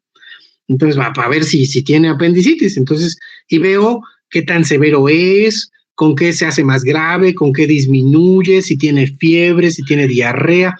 Voy juntando los síntomas para que al final yo diga, sí tiene apendicitis, o al final diga, no tiene apendicitis. Bueno, pues lo mismo pasa acá. Yo hago semiología de la tristeza. ¿Desde cuándo la tiene? ¿Qué lo hace más severo? ¿Qué lo hace menos severo? ¿Qué lo acompaña? ¿Ok? Inclusive hasta ciertas circunstancias. Yo le puedo preguntar, ¿es este el momento más triste que está viviendo en su vida? Entonces el paciente puede decir, sí, fíjese que sí, es de los momentos más tristes que he vivido. Bueno, pues entonces ahí yo estoy haciendo semiología de los síntomas mediante la entrevista clínica, juntando datos, juntando antecedentes, juntando signos, juntando síntomas, para que al final yo pueda dar un diagnóstico. Entonces, el principal instrumento para el psiquiatra es la entrevista clínica, que me da los datos. Esa entrevista clínica se auxilia de otro instrumento que lo vamos a ver en la siguiente clase, que se llama examen mental. Estamos examinando la mente del paciente. Ya veremos de qué se trata eso. Pero dentro de la entrevista clínica va incluido el examen mental. Y eso nos ayuda a identificar los principales signos y síntomas que son parte de las principales enfermedades mentales. Y mi objetivo es que ustedes puedan desarrollar una entrevista psiquiátrica, a lo mejor sencilla, tal vez pequeña, pero lo suficiente para que puedan identificar la mayoría de las enfermedades mentales, por lo menos las más importantes. ¿Vale? Bueno, ¿qué es la entrevista psiquiátrica? Bueno, es un método de comunicación, se establece entre el médico y su paciente, y bueno, y a veces también hasta con los que están alrededor, porque a veces llega el paciente acompañado de su mamá, de su pareja, de otros familiares, que nos complementan la información. En esta entrevista, pues se intercambian mensajes. Entonces, es comunicación pura, en donde yo le pregunto algo, él me responde algo, él me dice algo, yo a lo mejor lo evalúo o lo checo para saber qué está sucediendo en su mente, en sus emociones, en sus conductas, y poder con eso saber si tiene alguna enfermedad o padecimiento. Esta entrevista, porque muchos dicen, pues es que voy con el psiquiatra a platicar. Pues sí, vas a platicar, hijo, pero no es una plática cualquiera. Es una plática que ya está estructurada, que tiene un sentido, que tiene pies y cabeza. ¿Ok? ¿Por qué? Pues porque esta entrevista, esta plática, tiene objetivos para que si yo logro esos objetivos, pueda llegar a un posible diagnóstico. Y si es así, pues tal vez un posible tratamiento. ¿Cuáles son los objetivos de la entrevista psiquiátrica? Bueno, uno y el primero es establecer rapport. El rapport es un fenómeno psicológico en el que el paciente confía en su médico. Entonces, por eso es que me presento con él, le digo mi nombre, le digo qué hago, qué estoy haciendo, dónde estoy, qué sé yo, para que el paciente se sienta en confianza. También se le ofrece empatía, no lo juzgo, no le digo, uy, usted es muy malo, uy, usted está haciendo cosas mal. No. Aquí yo solo escucho sin juzgar. Eso nos lo volaron ese meme de los psiquiatras. Bueno, para que así el paciente se sienta cómodo y se le demuestre un interés genuino. Una de las características que se van a dar cuenta que hago yo en las entrevistas es que siempre les ofrezco ayuda. Así. Hola, Juanita Pérez, buenas tardes. Yo soy el doctor José Alves, soy el psiquiatra que está aquí por la tarde y el día de hoy vamos a ver de qué manera podemos ayudar. ¿Ok? Entonces, esa es parte de mi speech de todos los días y de esa manera al paciente se le da confianza. El rapport es una forma de confianza, porque si mi paciente no confía, no me va a decir nada o lo que me diga va a estar incompleto o inclusive me podría mentir y entonces no me va a servir esa información. Esto del rapport se hace en la entrevista psiquiátrica, pero debería hacerse en todas las entrevistas. Cuando ustedes ven a un paciente, no importa la causa, tendrían que ofrecerle esa confianza, esa empatía, para que el paciente se sienta cómodo y coopere para dar todos los datos clínicos, ¿vale? Ese es uno de los objetivos, el rapport o la confianza. Obvio, obtener datos clínicos. A veces el chisme está bien bueno, el paciente te está diciendo una historia súper loca y bien interesante, pero cuando te pones a reflexionar dices, no, pero nada de esto me ayuda a saber qué padecimiento tiene o cómo le puedo ayudar. Entonces, ahí sí es chisme puro. No, el objetivo de esta entrevista, pues es obtener datos clínicos, ¿ok? Entonces, ustedes también lo van a notar. De repente, Juanita Pérez me empieza a hablar de que su gato, que le salió una bola en una pata y por eso es que lo llevaron al veterinario y el veterinario le dijo que era por una picadura de mosco. Y entonces tú dices, está padre la historia del gato, pero de nada me sirve. A ver, Juanita Pérez, cuénteme, ¿cuál es el motivo principal por el que viene al psiquiatra? Bueno, me mandaron porque he estado triste. Pues enfoquémonos en la tristeza. Hábleme de su tristeza. ¿Desde cuándo? ¿Cómo? ¿Dónde? ¿Con quién? ¿Qué tan fuerte? ¿Qué le acompaña? ¿Qué viene? Dígame todo acerca de su tristeza. Y al gato lo dejamos de lado, ¿sale? Si el gato tiene que ver, si el gato me dice, ¿qué cree que se le reventó la bola y esa bola, no sé, traía el demonio adentro y se me metió el demonio a mí y entonces ahora estoy poseída? Pues entonces sí tiene que ver con su padecimiento. Entonces ya, a lo mejor sí, pero mientras no lo sepamos, la mejor opción es enfocarnos en esos datos clínicos. Y hay que integrarlos y hacerles semiología. Igual, si yo encuentro un dolor en el epigastrio, pues tengo que checar ese dolor, qué tan severo es, cómo está, con qué sube, con qué baja, todo lo demás, hacer semiología. Igual acá, ¿cuándo empezó? ¿Qué tan severo es? ¿Qué lo hace más severo? ¿Qué lo hace menos severo? ¿Qué sucede con ese síntoma, con esa tristeza, con esa angustia, con ese enojo, con esas ideas extrañas, con ese comportamiento raro? Hay que hacer semiología para que al final pues podamos obtener un diagnóstico o un tratamiento, si es que hay un padecimiento. No necesariamente lo hay, en ocasiones no hay padecimientos y bueno, decimos, ¿sabe qué? Pues no identifico en este momento un problema médico que amerite una atención psiquiátrica. A lo mejor y sí, podría usted ir con un apoyo terapéutico, psicológico, pero desde el punto de vista médico no necesita algo más para poder mejorar. Entonces, porque no siempre se encuentran enfermedades mentales, ¿sabe? Pero bueno, esos son algunos de los objetivos de la entrevista en psiquiatría y nunca debemos perder de vista esos objetivos. El obtener los datos clínicos, jamás perder de vista la necesidad de recopilarlos, hacerlos propios hacia una historia clínica psiquiátrica, antecedentes de psiquiatría, de familia, en otros momentos de su vida, familiares con enfermedades mentales, antecedentes sociales y del neurodesarrollo. A lo mejor, no sé, es una persona que a partir de la pandemia, un ejemplo, eso es muy común, empezó con síntomas, bueno, pues esas circunstancias sociales de la pandemia pudieron ser un factor que desarrolló el problema que tiene actualmente de salud mental. Entonces, todos esos datos clínicos los tenemos que ir juntando para poder integrarlos, hacerles semiología y poder llegar a un posible diagnóstico. Búsqueda intencionada de síntomas. Por ejemplo, si ya Juanita Pérez me dijo es que vengo porque estoy triste, bueno, pues uno de los síntomas que tengo que buscar es intencional, es la idea de suicidio, porque ese es uno de los datos más graves dentro de los problemas de tristeza. Oiga, Juanita Pérez, ¿y usted ha pensado en algún momento que sería mejor dejar de existir, dejar de vivir o inclusive morir? ¿Ha intentado hacer algo para morir? Sí, sí he hecho esto, o no, no he hecho esto. Ah, bueno, entonces se buscan esos datos porque son importantes, ¿ok? Igual, si yo tengo un dolor abdominal, pues un síntoma así que necesito buscar, pues es diarrea, vómito, fiebre, o sea, porque es básico. El abdomen agudo va acompañado de ese tipo de síntomas. Entonces son síntomas que a lo mejor el paciente no me los dice, pero yo los busco porque forman parte del cuadro clínico. También hay que hacerlo de forma ordenada. Muchas veces los pacientes te dan los síntomas muy desordenados, ¿ok? Al final de la consulta uno dice, no, pues no tiene nada. Muchas gracias, doctor. Yo pensé que eso de quererme morir no era grave. Y dices, no, pues sí es grave, pero ese dato de quererse morir no me lo había dado. Apenas ahorita me lo está dando.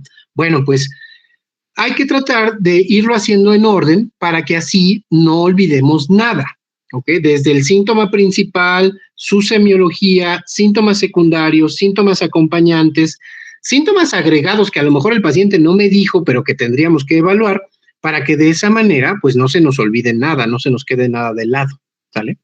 Y todo esto debe ser de manera fluida, como si fuera una conversación, ¿ok? Hay muchos psiquiatras que, bueno, no muchos, varios, que hacen entrevistas por check-in, por checklist, perdón. Así casi así de, a ver, le voy a ir haciendo algunas preguntas, usted me las contesta rápido. A ver, ¿ha estado triste? Sí. ¿Ha llorado? Sí. ¿Insomnio? No. ¿Falta de apetito? Sí. ¿Desánimo? Sí. ¿Aislamiento? No. Y al final, bueno, contestó 5 de 10, usted tiene un trastorno depresivo y tómese esta fluoxetina y nos vemos en un año. Bueno, eso se puede hacer.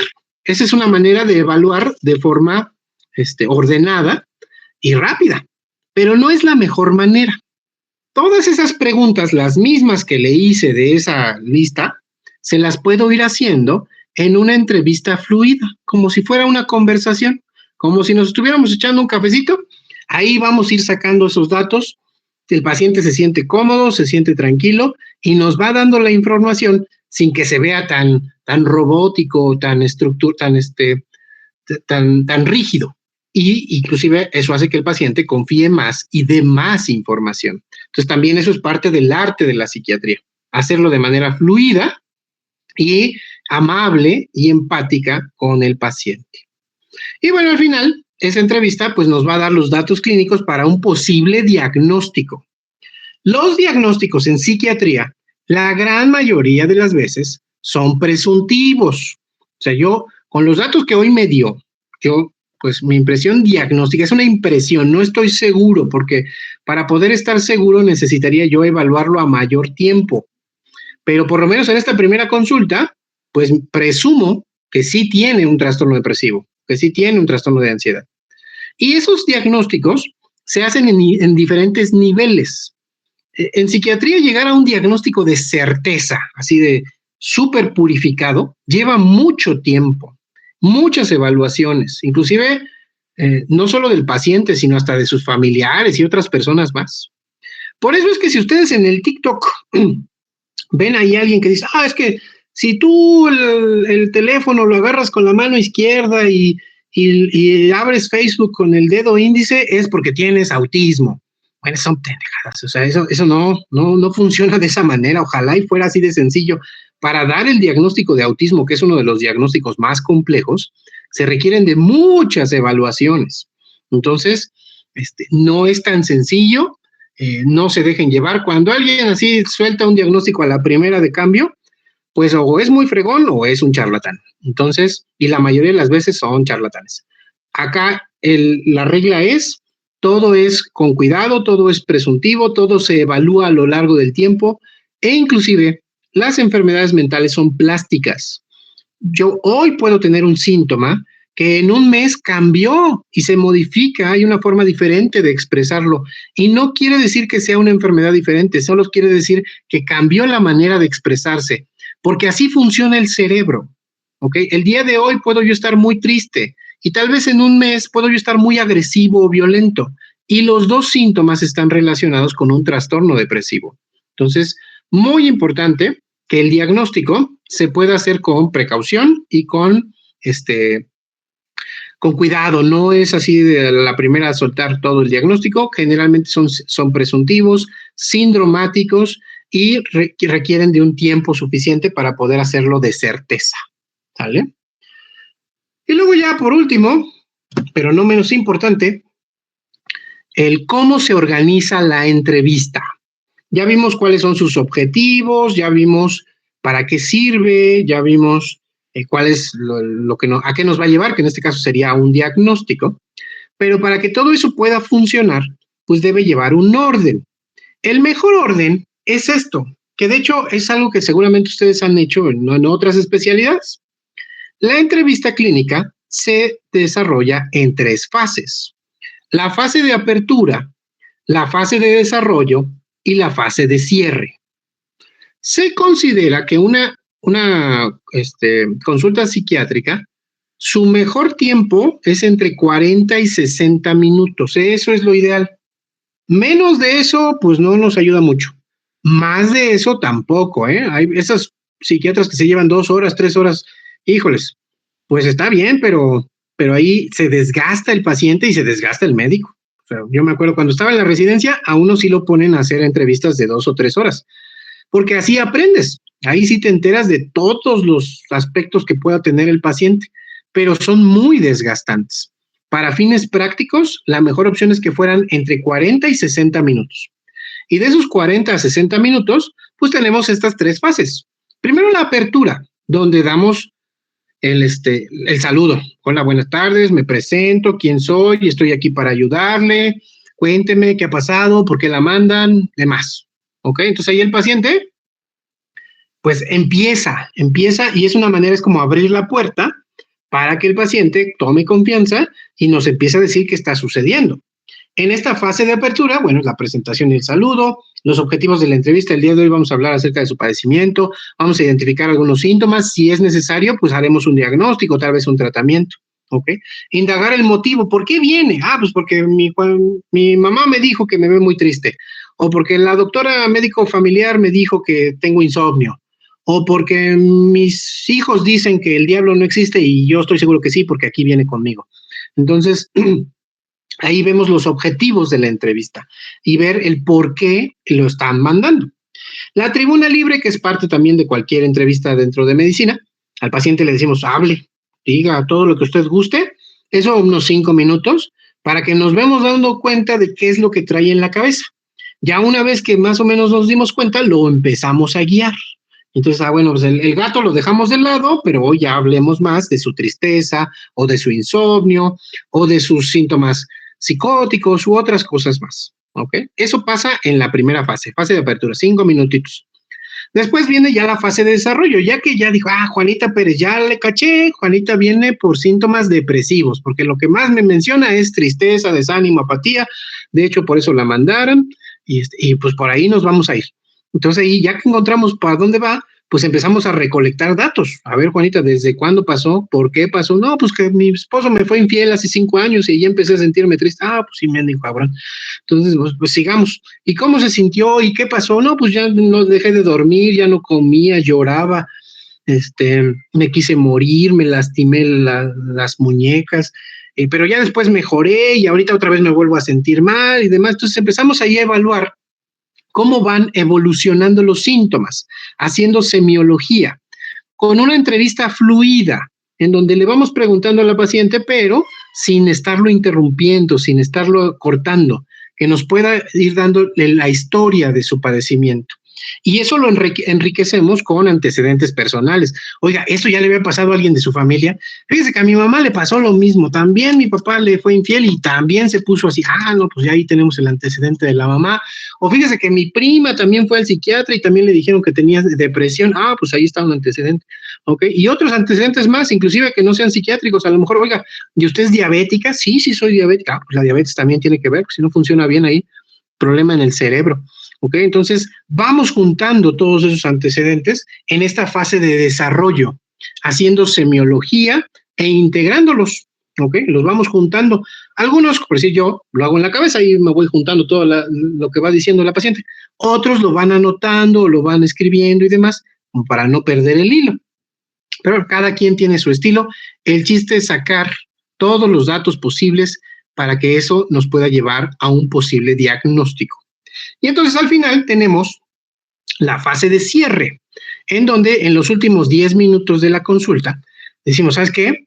Aquí ya le vamos a dejar, ya he encontrado los principales síntomas. Usted, Juanita Pérez, está viviendo con un síndrome depresivo, ¿ok?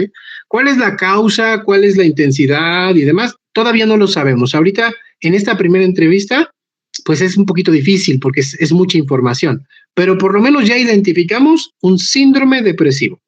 Y para este síndrome depresivo, pues sí amerita una medicina, o tal vez no amerita una medicina, o tal vez amerita un estudio, o amerita una evaluación extra para poder, pues, hacer diagnóstico más de certeza y poder ayudarle un poco más. Se les plantea, un pronóstico. Bueno, con los síntomas que usted está viviendo, si seguimos las indicaciones, le puede ir bien, va a mejorar en los siguientes meses. O le podemos decir, no, sus síntomas son muy severos. Le vamos a dar un tratamiento y sí va a haber una mejoría, pero va a llevar tiempo. Además de que este tipo de padecimientos son crónicos, es posible que lo pueda tener para toda la vida. Entonces también ahí planteamos, más bien dicho, un pronóstico y hacemos un plan de tratamiento. Mire, se va a tomar esta medicina, va a acudir al psicólogo, le van a hacer este estudio, le van a hacer esta evaluación y nos vamos a volver a ver a lo mejor en 2 meses, 3 meses, para revisar cómo va, qué está pasando, cómo mejoró, empeoró, qué sé yo, y con eso dar el seguimiento, porque la gran mayoría de las enfermedades mentales son crónicas y de hecho muchas de ellas son altamente discapacitantes. Entonces, estas consultas no son de hoy tomas la medicina y ya nunca más vuelve, no, es como el paciente con diabetes. Lo evaluamos, lo diagnosticamos, le damos tratamiento y le damos seguimiento. Se tiene que quedar con nosotros porque este tipo de padecimientos lo vamos a poder controlar, pero no lo vamos a poder curar. ¿Sale? Bueno, ahí le vamos a dejar. ¿Alguna pregunta? No, doc. Sale. ¿Por qué razón? Mira, 2 minutos. Ahí estamos bien. Ok. Bueno, pues el siguiente tema, que es el siguiente lunes. ¿Qué dijimos que era? Aquí está.